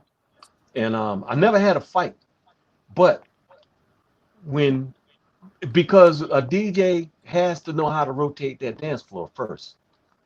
Because you can direct them with the flow of music that you're playing to a certain point, and then you have to rotate that, because I found that if a person is out there dancing 20 or more minutes, they're gonna get tired, they're gonna get irritated. And it don't take much to play the wrong song to have somebody out there irritated because they tired. They don't want to sit down because you're jamming. They don't want to sit down. But you need to make them sit down and go get something to drink, because now you have their undivided attention by everything that you play. So then it is so easy to rotate the floor, and they don't even have an idea that you rotated on them. They like, man, it's time for me to take a break, because you crack the mic, because a good DJ is an MC as well. So you crack the mic, you say a little here and you say a little there. You don't talk all night long. That, again, is going to cause a fight, because people want to hear the music. They want to hear the lyrics. They don't want to hear a mouthpiece. And that was one of the problems with some of these other radio DJs that are radio personalities versus a radio DJ, because the radio personalities talk all night long. You got to cut their mic off to get them to shut up. Am I right, Maurice? Yep. So to control that floor, I used to start at a particular genre of music. The R&B, the ladies are always going to get out there first before the guys. They set the tone. And we put them in the frame of mind to get relaxed, to get into the groove, and play that good music that the guys ain't going to dance to, but the females will damn near dance to anything that you play, long as it ain't cussing them out and it's too ratchet. They'll dance to anything. They'll dance to bunny hop if you got some nice bass. Right. Because bass sound comes into the picture. So, so the rotation of the dance floor, you start at, let's say, 88 beats per minute. That's some good Erykah Badu, some Sade, that sipping music, get the head right. You get them drunk, they get the sipping, then you bringing it up, bring up that tempo, then you hitting some TLC and some Mary J. Blige, and they feeling it. Yeah, all right. And then you hit some R&B like R. Kelly and that music that make couples want to dance. So then the guys are getting up off their chairs and they done targeted who they want to holler at. And then they set their radar sights. Boom, they making a move and you grooving with them. And then you're letting them rock for a little bit. rotate the floor again, and you bring it up a little bit, the tempo. Mhm. So then you're in the 100, 104 beat range. Run Mhm. that for a little bit. Then you go up to the next plus or minus 4 beats per minute. And that's how I like to mix all my songs, plus or minus 4 beats. So that way it don't sound like a chipmunk when you're out there trying to mix a song that you know don't go together. But if the beats are close, I can take some Chinese music and mix it with some country music and have your ass out there rocking like it's the newest remix on the planet. And they be like, Right. damn, I ain't never heard that. Now, you rotate the floor and then you slow it down. When you slow it down, everybody taking the chill pill. And you look at that line at that bar, it's going to be a line at that bar all night long. Mhm. And the bartenders is like, wow, they emptying their tip jar. People stealing their tips. You know, the waitresses, they tired. They ain't even got time to get on their phone and texting and all that stuff because that's a distraction. So you keep them busy, keep the bartender busy, the club owner going to be happy, and everybody in there that has rocked, they're going to want your card, and they're going to be like, you cut the lights on, they be like, damn, it's time to go already. Yep. And they done danced 3, 4 times in that 4 or 5 hour time span, and they tired now. They cut them Mhm. lights on. That's the cue. I'm out of here, deuces, and they gone. And that's a technique that I took from doing clubs and learning radio and incorporate that into what I do now. So when I do weddings and stuff like that, I have that same mindset. I'm not all over the place with the music that they want. And now with Serato, when you play a song, you can indicate it to turn blue. So you know you ain't Mhm. playing the same song over Exactly. and over and over. And Right. then you run it down by the beats per minute, bam, you got your flow. Mhm. And there you go. Yep. And one of the things I wanted to stress because I just thought about something. I know Chris, I did a show with you, and people know who you are. I did a show with Hutch, but Maurice, no one. I want if you could take time out to let people know your background because I know right. I mean we know who you are, but just so you can explain to everybody who you are, your company, just give a little background about you. Your mic is mute. Unmute your mic. Okay, There you appreciate go. that. All right. Okay, I'm Ari Star. Actually, I started back in 1983. Um, I wouldn't say I started, but I was hanging out at WIDU radio station. It was the only black radio station in Fayetteville, and I would go up there, clean the records because I wanted in. So Mr. Hennessy, Bill Hennessy, told me that if I keep doing what I was doing and keep my grades up in school, that he would hire me. Little did I know I had, I was like, yeah, okay, I'm just gonna be a record cleaning boy. So every Friday, Saturday, and Sunday, well, Friday after school, then Saturday, and Sunday, I would go to the radio station, clean the records. Back then, it was, you had the little thing with it, and you put the alcohol on it, you running around the records. So it was the big players back in town back then. You had Bob Mm-hmm. Gay, Don Reed, um, um, some other players at the radio station and Mega radio Jones. at the time. So when I Yeah. graduated, the very next day, Mr. Hennessy called me and told me to come and fill out the W-2, and he hired me on the spot. I ain't gonna say on the spot, but I had been doing work around the station anyway. But then after that, about 2 months after that, Gilbert Bays called me. He said, like, man, with a voice like that, you deserve to be up here with us because Mr. Belch at the time at the own WIDU had bought D103 FM. So then I went up there, and I was up there for a while. And with the radio thing, radio is just radio. Radio is part time. It ain't like you're gonna raise no family off of it. Mhm. Oh And I'm no. just keeping it real. Board out. Board So out. Yeah. I was seeing different things in radio. I was seeing the trend, how they wanted to get rid of people. How the different program directors come in if they didn't like you. If you had a good rating. What we call that back then, Hutch, it was they were doing ratings through not Billboard, not Nelson rating, but they was doing your show was Downstroke. rated Arbitron. Uh, It yeah, was Arbitron. Armatron. Yeah. Yeah. So then they will. If your ratings drop, then okay, you got some problems. Yep. So I said, well, man, what's the other thing that I could really do right at this moment? Because I had a family, I had to take care of my family. So I went in the military, and then I came back, and actually I went to 99, and Okay. so I was doing no. Here's the thing, no. Let me go back to D103. Before I left D103, I had to do voice tracks. I was doing voice tracks anyway. I was not allowed to talk on the radio.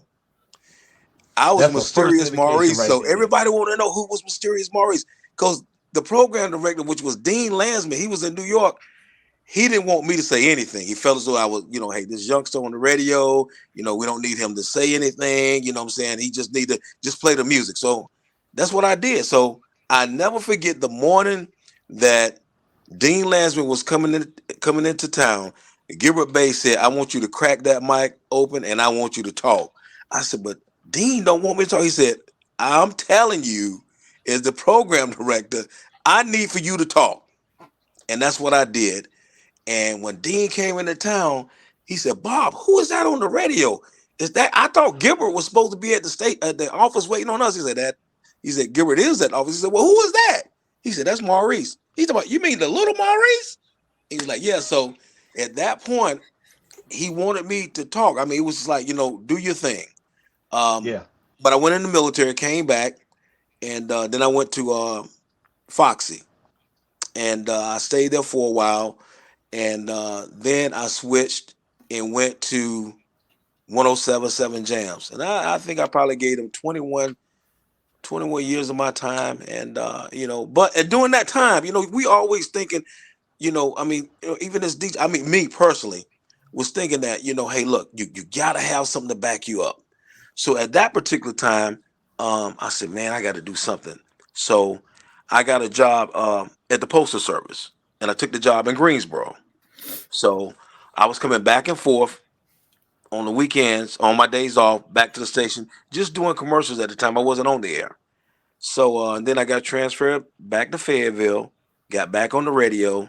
And then I was like, hey, it's time to really do something that you want to do. So then I just started Maury Star Entertainment, got me some equipment, went up to Sam Ash, and that's how I started. I started, to get out there and start doing things and booking weddings and things like that. And it was hard because back then I didn't know people like Hutch and that far as to when you first getting started, you have that.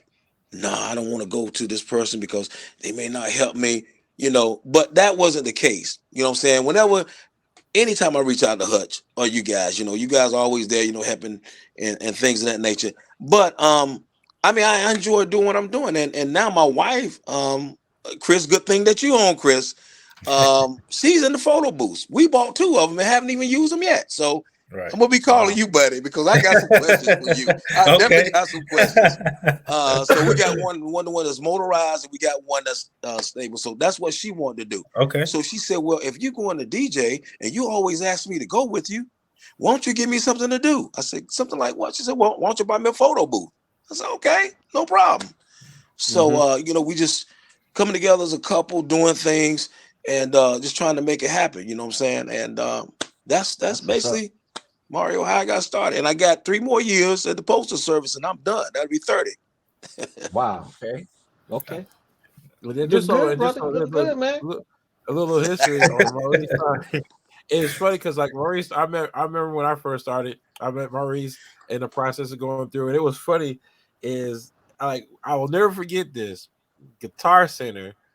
I was talking about uplighting, and see me, I'm up here thinking I'm doing something. I done bought 2 uplights, right?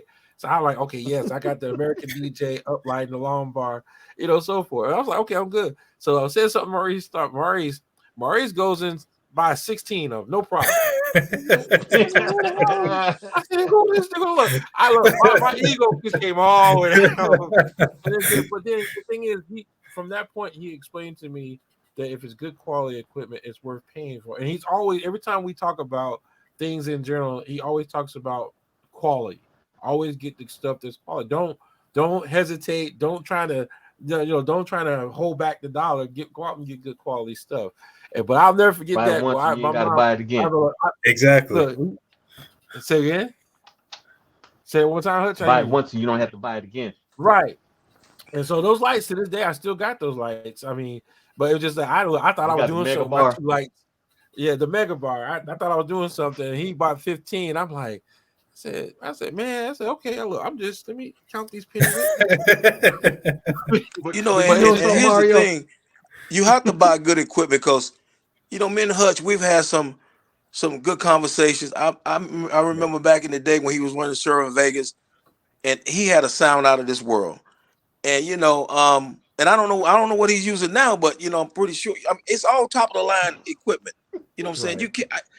I can't expect to go in there and buy some Harbingers and then go out here and do this big event and expect for me to get the sound I would from what Hutch is using or QSC or Bose. I'm not gonna get that sound from that. So you got to, and I guess sometimes that's what customers don't understand.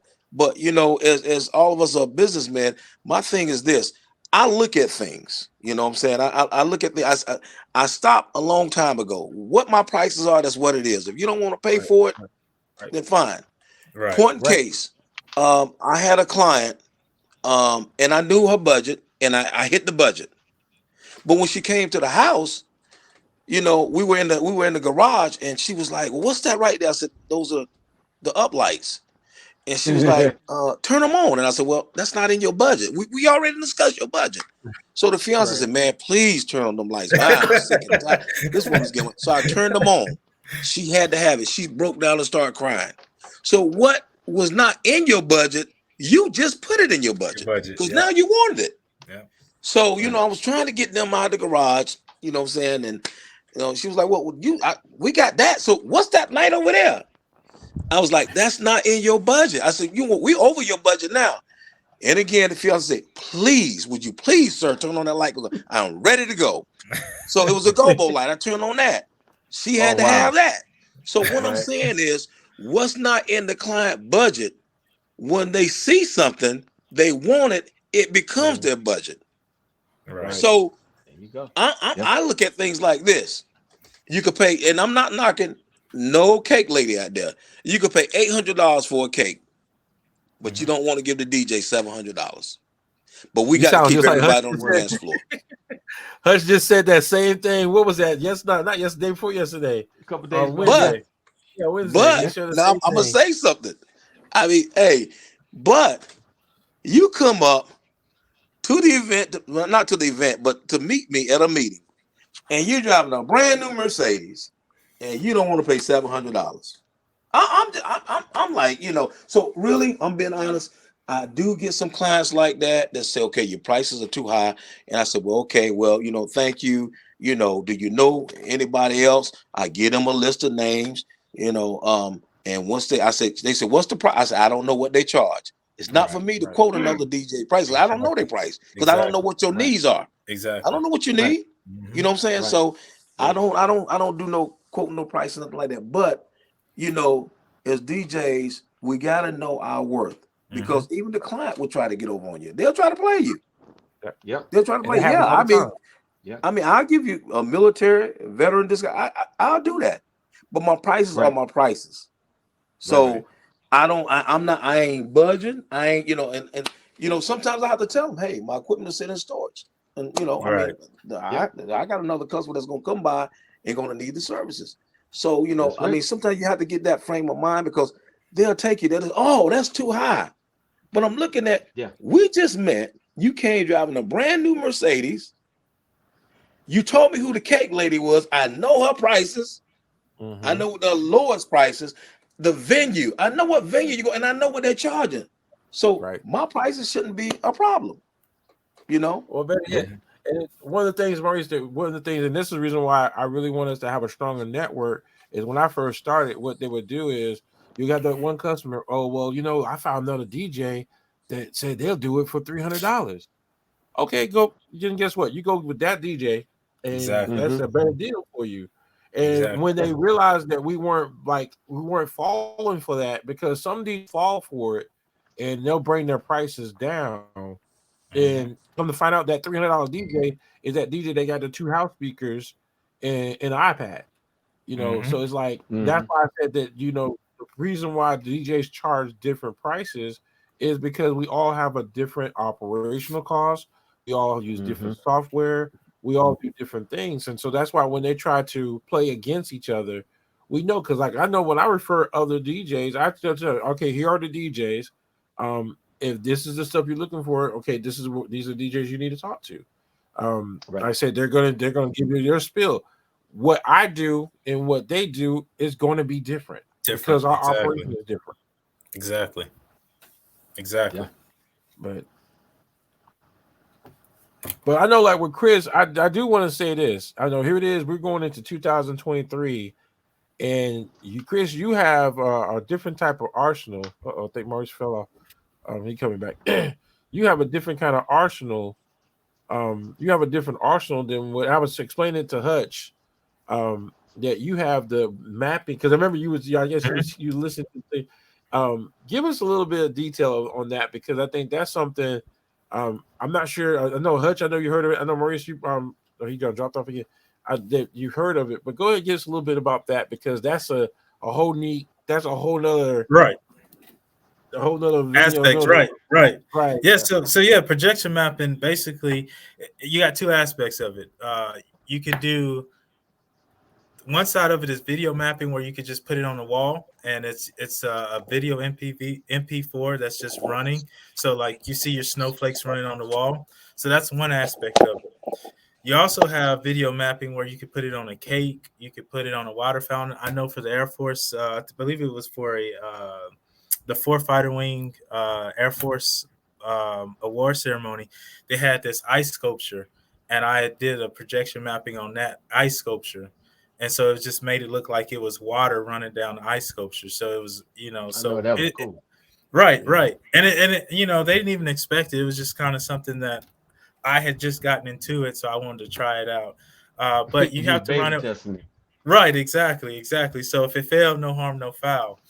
But you're using a projector. You have to have your laptop, of course. And then unless you got one of those fancy high tech $5,000, $6,000, $7,000, $8,000 projectors that I'm not going to go buy. But you basically go into a software and then you put your mock in that software. You draw up a mock in that software and your parameters, and then you put that file, that MP4 file, on that in that parameters. And I know there's DJs that do like 3D projection mapping, so you have to have projections on each side so you can get a 3D feel for it. I'm not that into it.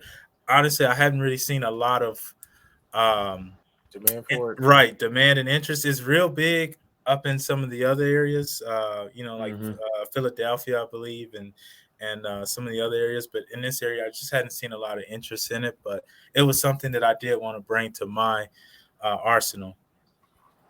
Cool. So what my thing is this now, here it is 2023. What do y'all think will be the big ticket thing for 2023 as far as from a DJ standpoint?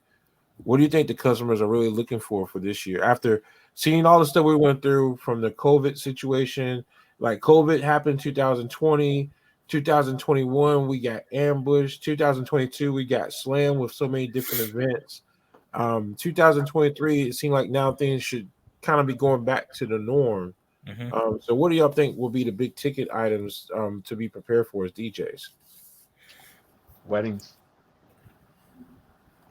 and corporate events. Yeah.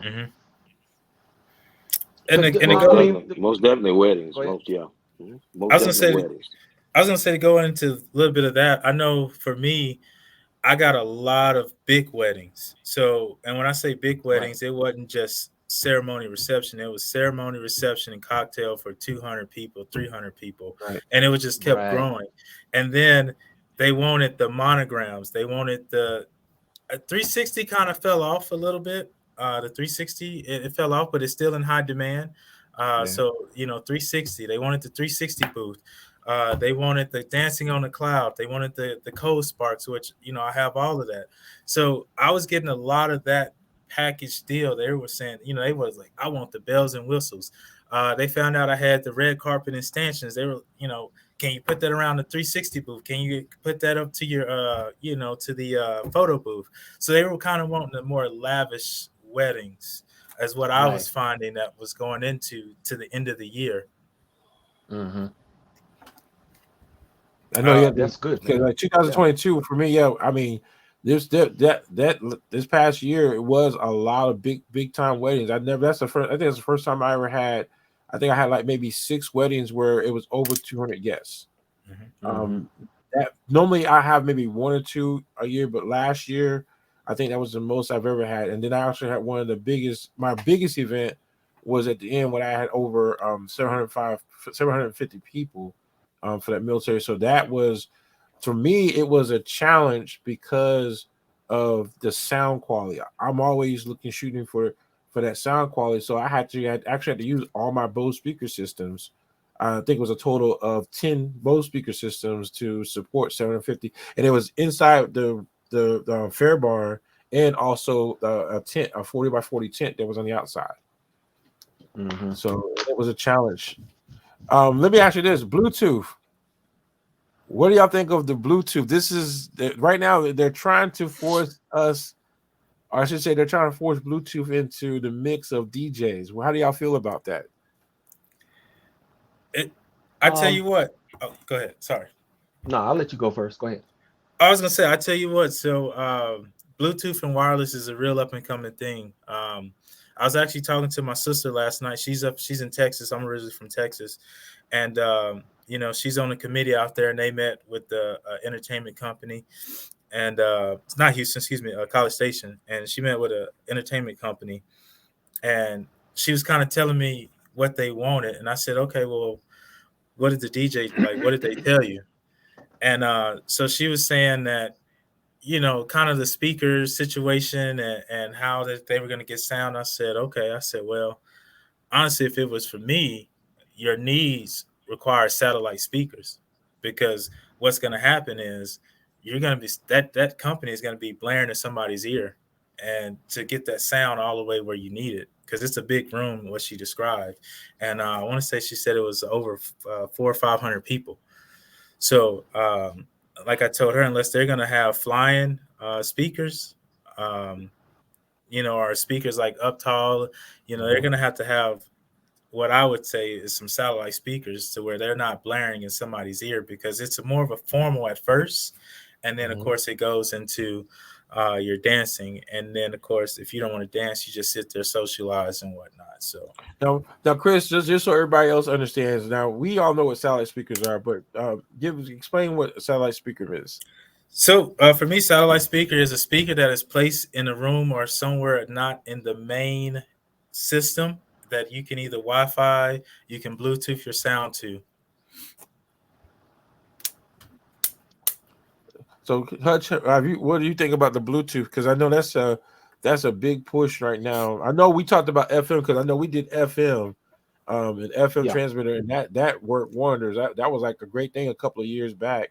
And I know FM became very popular in 2020 because a lot of churches were doing outdoor events, and they were using FM transmitters, so where people can pick it up in their vehicles and everything. Right. So how do you what is your insight on Bluetooth? Bluetooth has improved to where, in terms of how Bluetooth is now versus how it was even 2 years ago, is different. Right. It's better. The connectivity is good. The only drawback on that with some of the lines of Bluetooth speakers is you can only use Bluetooth for one speaker. You can't pair them. Right. Use 2 Bluetooths on one device. Is one or the other. So then in that instance, you would have to use a wireless transmitter. Now, when you're looking at a wireless transmitter, then you have to decide what model are you going to use. Now, when Alto first came out with theirs, it sucked because it was line of sight. So even if you put it on the top of a speaker and somebody walked in front of that speaker, you got the white exactly. noise, you know. So And then, so I've been running Sennheiser, man, for about well over 10 years. I've been running Sennheiser. But the thing with Sennheiser now, with the new 5G frequency range, I get interference from the cell phones with the model that I have. So they allow that frequency range to be commercialized for the phone industry, cell phone towers and whatnot. So I can still use it, but every now and then I might have a little, and it's irritating, but it doesn't last long. So now they have different types of different type of wireless transmitters that are 5G, and I think some of them are 2.8 gigahertz or 5.8 gigahertz, I think it is. But they're better than 5G. Right. But depending on what model you get will determine the effect. So even Alto has improved their wireless capabilities. Right. Sennheiser has come out with a new line with a new frequency band. But that's good as well. But you can also go on Amazon and buy multiple different varieties of different wireless systems that you could use for miking the pastor and the groom and things of that nature. You can also use them for speakers, but for limited distances. And those limited distances are perfect for a satellite system where, like you did when you had to use 10 speakers. Chris, you were speaking about what your sister had the potential to have to do down there where she's at.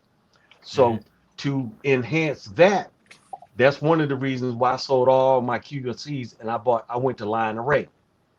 That line array system is off the meat rack because it's like it's hanging, but it's not.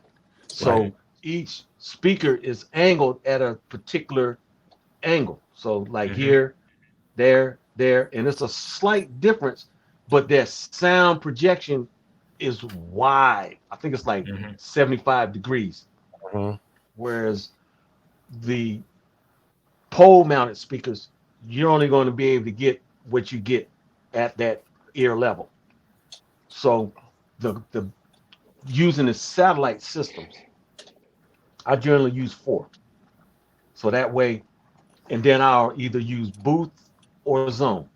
I got a prime 4, so I can do the booth and the zone. And then that way you can adjust the volume far out versus the volume near. Right. So then you can tweak it, and boom, you got your good sound. You got your sweet spot.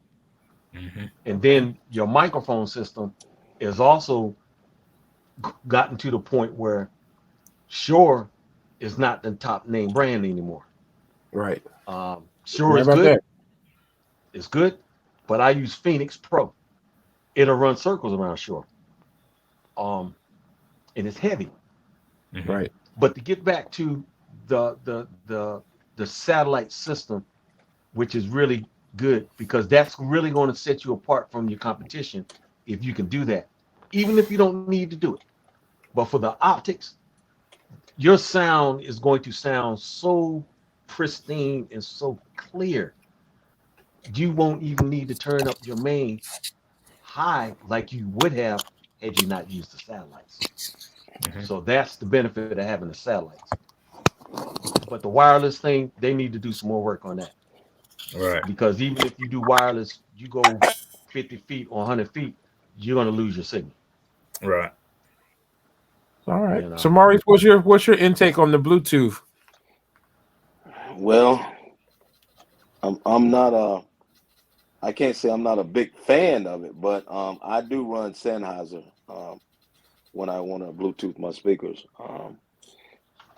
It's been a while since I had to use it, so Hutch just you really make me dig in my pocket. Now he's talking about they got 5G out now, so I guess I got to go take a look at that now. I don't want to get out there and get that static. I don't want to get that. So I think like Hutch was saying, the Sennheisers is just, to me, it's like, wow. I never used. Well, I was getting ready to do the alto things, and I think I saw Hutch up at Good Talk. He's like, man, don't mess with those altos, man. You need to go to Sennheiser, and that's what I did. I went to Sennheiser. So I think the Bluetooth, I mean, it depends. You're gonna have some customers that really want that. They're gonna be in another room, or for instance, the cocktail hour. You know what I'm saying, where you can just put a speaker out there and then play it from the inside where where you're located. So I think that's that's gonna be a big thing. You know what I'm saying? So just make sure you got it in your arsenal and be ready to go. I didn't know nothing. I didn't know Sennheiser anything is the about best. the Phoenix. About the Phoenix that you tell me about the microphone, because I had so many problems with the Shure microphones that I went to Sennheiser. That's a whole nother conversation. Yeah. Yeah. Because that's but what I'm telling you. I know me, Chris, and Hutcher, the Phoenix Pros. I mean, whoo, I'm telling you, I was shocked. I mean, I went out and purchased one set for Utah Skating Ring and one for 71st. And after hearing what they can do, I said, shoot, let me go out here and buy a set for me. And so do they run in duals? Do they come in duals? Yeah. The PTU 700 it actually has 4. So I got the PTU 700, and it has 4 of them. But them things are off the chain. I mean, I will say this: the only downfall, the body packs are garbage. The body pack, The body packs are garbage. Now the mics themselves, hands down, I kept it just for the mics alone, and I wanted to upgrade into the Shure SLXD, and body pack. I mean, it can't touch the Shure body pack. I'll say that. That's been tested. I've tested that. I mean, I put it through an extensive test, and it can't even come close to that Shure on that. But as far as mic, just a handheld mic, the Phoenix Pro is pretty tough. So where you get the Phoenix Pros from? Who carry the Phoenix Pros? Phoenix everywhere. I mean, Amazon. Phoenix Pro, Amazon. Amazon's the primary place. I mean, and that's what kind of makes it crazy. People say what they want. Yeah, the mics are cheaper, and that's the part that's kind of shocking. Is a lot cheaper than the Shure, but better than the Shure. Yeah, I'm like less than $150, man. You got the quality of a $700 microphone system. Yeah, easy. I'm ready to order that tomorrow tonight. Maurice, you playing anywhere this weekend? No, actually, I'm going to Myrtle Beach this weekend. I got a couple of meetings down at Myrtle Beach. I'm trying to help my brother out to do some karaoke. So he gonna do some stuff. Oh, that'd be perfect, Mike, for karaoke. Yeah. That's definitely a good mic from karaoke. One of the other things I'm gonna say, are y'all familiar with the new thing now, where you can go out and purchase a little Bluetooth button thing, hook it up to one of your channels on your mixers, and people who want to hear this is I was reading this crazy article where it's kind of like the jukebox effects, to where a person can come up and play their song through your system through this little Bluetooth button. No. That's an instant no for me. That's an instant no for me. You don't know what they're gonna be playing. You don't know the content. But it was crazy, because now there's a lot, for some reason there's a big push I'm against it 24. I mean, I'm against it across the board, where they're making it easier for the guests to have more impact on music. Like I know y'all seen the article where the DJ came up with the thing where you can put in your requests and it's free. It's actually right now they're offering the service for free. You download his software onto a tablet, and your guests come up to the tablet and they input the information and automatically transmit to you. Did y'all see that yet? No, I haven't seen that. I haven't told me about that. Yeah, I was telling you about it. So those are the two things now that's a new trend. I mean, I don't think it's gonna go nowhere. But one is the Bluetooth, where it's a receiver where people can tap into your system through Bluetooth, and you allow them to play the song. So like if they come in and request a song and you don't have it, they can play it through their cell phone or their tablet. So if they'll play it from their cell phone through your system? Right. No, I ain't trying that one. Right. Yeah. No, dude, that's Because just that was one, and I think that's Right. more so, and I think that's like it's more for venues, not more for DJs, because Right. if it's a home system, a sound system for the club or House venue system. Mhm. is a House house system. system, then it's more of a jukebox scenario. Mhm. So then you can go through and do that. I know I hooked up one for the skating rink because the skating rink, when they have their own private parties, they can now play their own music through their cell phone or their Mhm. tablet. And I'm starting to see that that's a trend that's coming out even stronger because I did this last year, but I'm just now starting to see like articles and stuff come up about the Bluetooth capability for house systems and DJs to have this capability. And me as a DJ, that's just it's kind of like an insult Right. to do that. Yeah. Yeah. But I get it for a venue, it makes sense for a venue. Right. But for What's DJ, the I thing? don't think they'll go that well with that. Nah. And the reason why I say that is because as we was having the discussion before, when a person that's like the equivalent of somebody coming up asking for a request. And once Right. you play that request for that person, then they in their mind think that you're their personal DJ. So they'll be in your face all night long. And if you're in a flow and they come in with this haymaker, throw this monkey wrench, and they want to hear what they want to hear, and you clear your floor, after you don't work to get them on the floor, you clear the floor, now you got to work even more to get it back to where you had it. Mhm. So I would not even go there because of the potential of it going south, where you have Mhm. somebody that wants to hear what they want to hear, and then how is it going to be cued? Well, I think that's the issue is that like there's a company going around. And I know the company came. I know they tried to introduce it to the skate rink, and the skate rink shut it down because it was too expensive. And what they're Uh, doing is they're trying to get rid of the human element of the DJ. that's what's And going to happen. this is a trend. That's I mean, and this trend it keeps popping up in different applications, but then it gets knocked back down. Like Pyro, I think was the first one that popped up where DJs were complaining to Soretto saying that this is going to take over DJs and this and so forth. So what they did, they discontinued it. They stopped using it. Yeah. So where they stopped it for they felt like DJs felt threatened by it. So now that went away. So now here it is. We got this Bluetooth thing coming out where you got a company now trying to kind of like turn it back into the old jukebox scenario. But Hmm. the thing is, everybody has their own Bluetooth, Right. and this Bluetooth thing. And I went out and purchased one for the skating ring, and I have one also for my system, but that's for Hmm. me. Mhm. If I Right. want to remote in, use my iPad or whatever, I could do that. But it's something that it's kind of becoming a concern because believe it or not, there's a lot of venues that are investing into this. And that's going to again, that's more so up to the customer. If you want a live DJ or not. But it's just a trend Hmm. now that it keeps coming up. I mean, we've seen it over the years. It Yeah. keeps coming up, but it keeps It's in the getting knocked coming. back It's in the down making. because Yeah.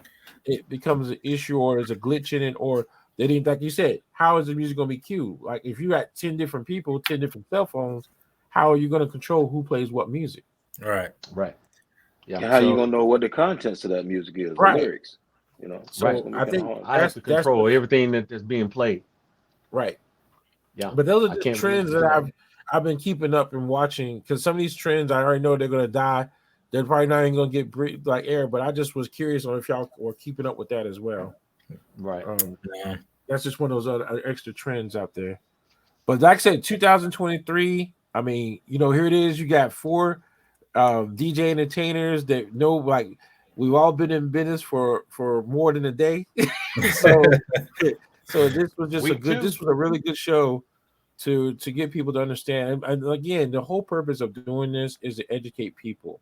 I Hmm. know, like when me and Hutch, when we did the show on Wednesday, a lot of people were asking that, can you please explain the price? Why do DJs, why are the price for DJs so different? And this is what we went through that and we explained that behind the Hmm. scenes. I mean, I'm sitting here now thinking I need to raise my prices after sitting here, like because we really do spend a lot of money on a lot of different things that people just don't understand. It's like on record pool. We didn't get to the record pool scenario. Right. What we is like how much money we spend on record pools. Right.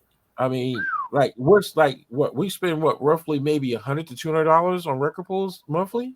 Yeah. Yep. So I mean, those are things that people don't understand, and there's a difference. Now, let me ask this question. You know, I know we've gone way beyond, but what's the difference between music from a record pool and music from YouTube? I mean, obvious quality. Right. Yeah. Let's say quality, copyright. What? Mhm. Where's what you got? What's the difference in your eyes? What's the difference between YouTube and music from record pool? The quality of the the quality, and most music pools, you know, they have a license to do what they do and provide music to us as DJs. Mhm. Now that, and I want people to understand that you see, Mars, you said that's exactly what I was looking for is the license portion of it. The license of YouTube, you don't have a license. Mhm. Yep. Record pool, you have a license.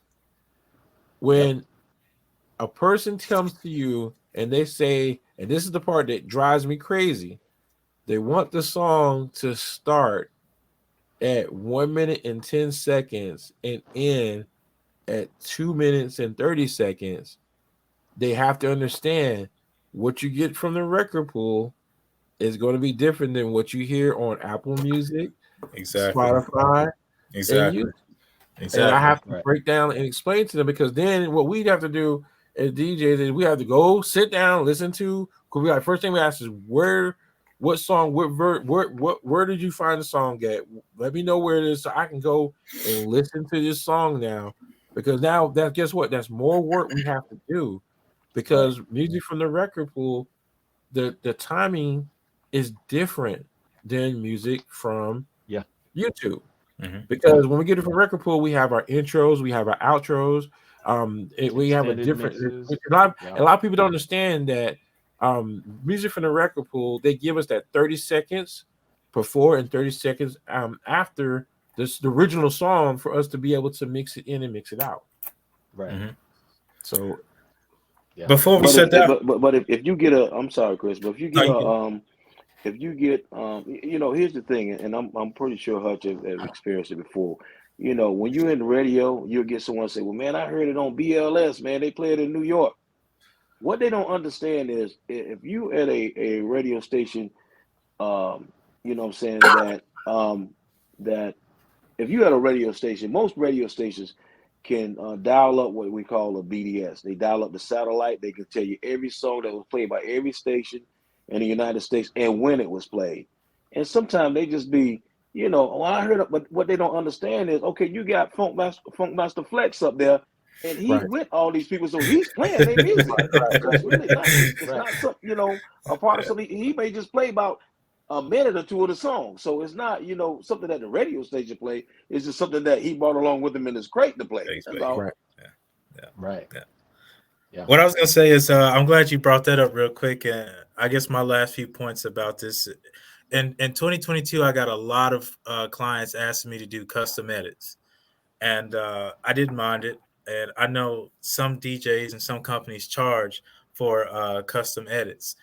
I'd never really charged for custom edits. I just did it, but depending on Canada. what they want in that edit and how they want that edit, sometimes it is kind of time consuming to make it mesh and sound perfect. Even if you use software, you know, you can't just cut and then re-put it together. You still have to make everything mesh. So that was, you know, one thing as far as when you're talking about music. Two, one thing that we didn't really talk about too is the economy. You know, when the gas prices come up, a lot of us didn't really go up on prices, so we ate a lot of that, you know, far as the inflation and gas pricing. So I know a lot of my bills, I mean, they went in and they raised their prices to compensate for that. We didn't have that we didn't get that opportunity to, especially with clients that we've already had contracts with. You know, how is it going to look for me to go back and be like, yeah, you know, hey, gas is going up to this, so I need to charge you a little, you know. So that's another thing that, you know, you have to kind of forecast is, you have to kind of look at economy trends too, and kind of forecast like, all right, what's going on with the economy, what's going on, and at the current state, and let me forecast like, all right, you have to have a little incidental, for stuff like that. So. But like I said, like I said, that's a perfect. I mean, I'm glad you said that, Chris. But like that's one of the things again. Is like this really was extremely good because we took time out to really educate the customer on how difficult it is to be a DJ. It's not really difficult for us because we enjoy what we do, but there's a lot of stuff that goes on behind the scenes that this whole reason why I wanted to do this podcast started this year was really educating the customers so we can actually explain our value. The more we educate them, the better they understand our value. They'll start to appreciate us more as DJs. So it's like when we take time out to talk about, we talk about the record pools. God knows we talked about the software, the process of downloading that one song, and that's only 128, and we have to change it to 320. That those are processes that they understand, that operation costs that we have to pay as DJ owners. Like insurance. God forbid if we have, like I said, I know Hutch, and I heard the horror stories of Hutch. I'm terrified to drive my trailer outside of Fayetteville because of the horror stories about you have a blowout in your tire. These are things that people have to understand. There's a lot that goes on with professional DJ entertainers. We take time out to make sure you're getting quality service, and that quality service comes with a dollar sign. So when you come back and you're trying to, DJ Junebug said he'll do it for $200, then you need to go talk to DJ Junebug and let him do it. Because like I said, there's a cost, and then everybody, just so y'all know, Ron, outstanding DJ. He's been in the business 45 years. He's actually in Canada. I did a show with him. I think like a week I think it was last week. And when I say Ron is one of those, he started off as a DJ, and now he has a full blown entertainment company where he supplies support for he supplies. Okay, he just said something. He supplies for bands and everything, and he travels all over the world to DJ, or I should say, provide entertainment services. Good deal. He says, I break all my costs down and charge for each expense to the bride. Yeah. So but that's what I'm saying. This is good. This is something that I know. Me and Chris, I like to say, we had a little workshop in Goldsboro where we talked about this, and I hate that he's going. He's leaving us to go. We used to say back in the day, go across the pond. But when he comes back, everything will probably he'll come back and we'll have the red carpet laid out for him and everything. I know. Like I said, Maurice and Hutch, like I said, I've known them since I've been started, and again, great mentors. They know the business, they know what's going on, and and I think that's where it's time we share our knowledge, not only with upcoming DJs, but we educate the customers. And I'm looking on doing this again. So I know Hutch, like I said, we did this Wednesday, hear this on Friday. Got Maurice, he's in it now. Chris, we've been doing it, Right. I went to his house and I got a full rundown on his whole operation. So it's just, I think this is something that if we could do this once or twice a week as DJs, come together and we just talk about general things to get the customer understand that, look, you're not just hiring somebody and pushing the button. You're not just hiring somebody that's going to download something from YouTube or a Spotify list. So, do y'all have anything that y'all want to? We'll go one by one. Y'all can make that. That was my closing remarks. So we'll go one by one. So, Chris, what do you have to say before we get out of here?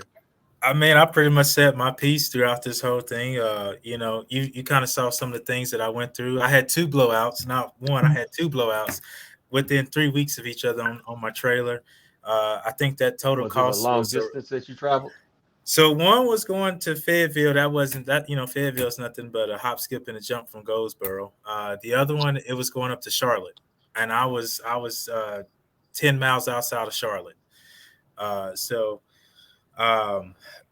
I think the bill total to get that fixed and to get my truck fixed, it was around $1,500-$1,600. Whoa, you say you had a tire blowout? Both tires. So I had it blew the fender, it blew off my side roof mirror, it blew off. I mean, it took out some damage. It did some damage. Now, what kind? Do you have 6-ply tires on there? 8-ply tires. So with right now it's only 6-ply. I can't get the. They don't make the 8-ply in my size. Because I don't have a tandem axle. Okay, well, when I talked to them, they told me to make because I didn't have a tandem axle. Go to one of them tractor farm supply places. Mm-hmm. They have all sorts of tires, man. Okay, that's where I got mine. That's where I get mine from. Okay, because I had 3 blowouts, 2 going to Atlanta and 1 going to Myrtle Beach, and one I had 4, 2 going to Atlanta, 1 going to Myrtle Beach, and then 1 going to Baltimore.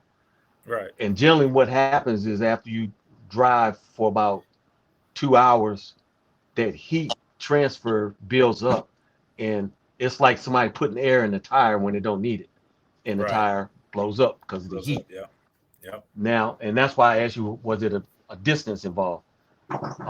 Generally, if you're gonna do some stuff, local, like an hour drive, an hour and a half, maybe 2 hours, you should be good.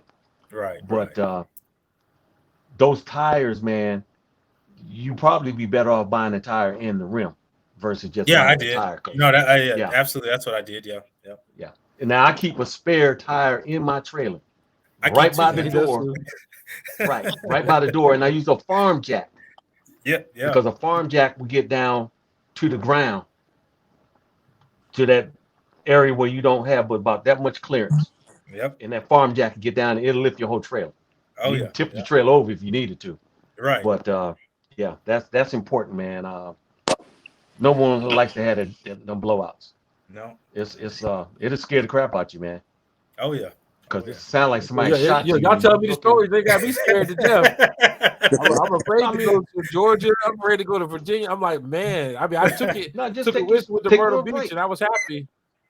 Yeah, take you a break. Take you a break. Oh yeah, that's what Look, every 5 seconds. Let me stop though. Yeah, don't kick the tire because that bad boy blow up. You're gonna blow your shoe off, man.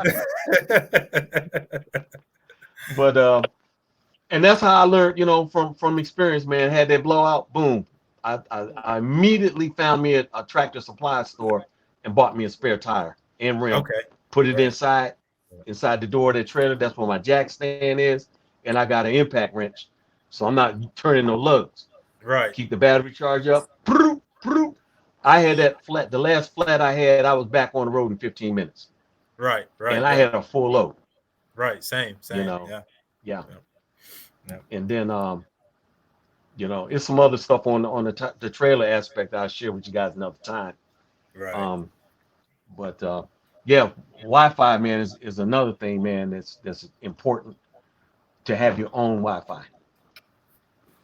Because if you depend on a venue to use their Wi-Fi and they got 5 employees and you trying to play a song, your song is going to buffer.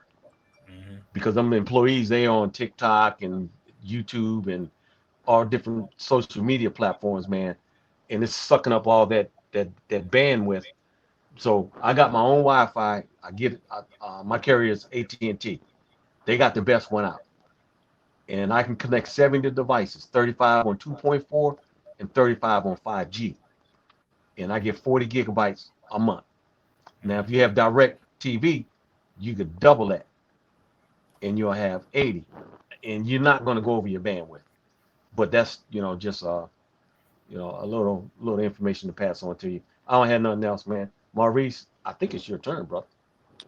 Yeah, I just I was reading a book on by Jeff Gittimore, and what he states is that people like to buy, but they don't like to be sold. So and speaking of customers, but that was a good take from that book, and that's about all I have, man. Customers like to buy, but they don't like to be sold. There you go. Yeah. Good deal. I like that. That's perfect. I like that. We buy vial for $15, man. But again, like I said, this is a good fellowship of DJs. I know we're connected to the Goldsboro DJ area group. I know there's some real good DJs. They're hungry for knowledge. I mean, I got a chance to sit down, talk to them. I mean, I've chat with them. So I would say Maurice and Hutch, if y'all could join that group, and you can see the conversations that they're having are pretty much like what we're talking about. And I think that's what I like about the group. It is more down to earth versus some of these other groups. There's all about ego. They're really a little more hungry towards knowledge and how to really run a successful event. And then, like I said, Ron, I know Ron, extremely full of knowledge, information. Good. I mean, I just coming from a Canada standpoint, I learned a lot when I did a podcast with him. It was extremely informative because I had no idea things were that much difference than what we do here. Okay. What did he say? Hold on. Let's see what he say.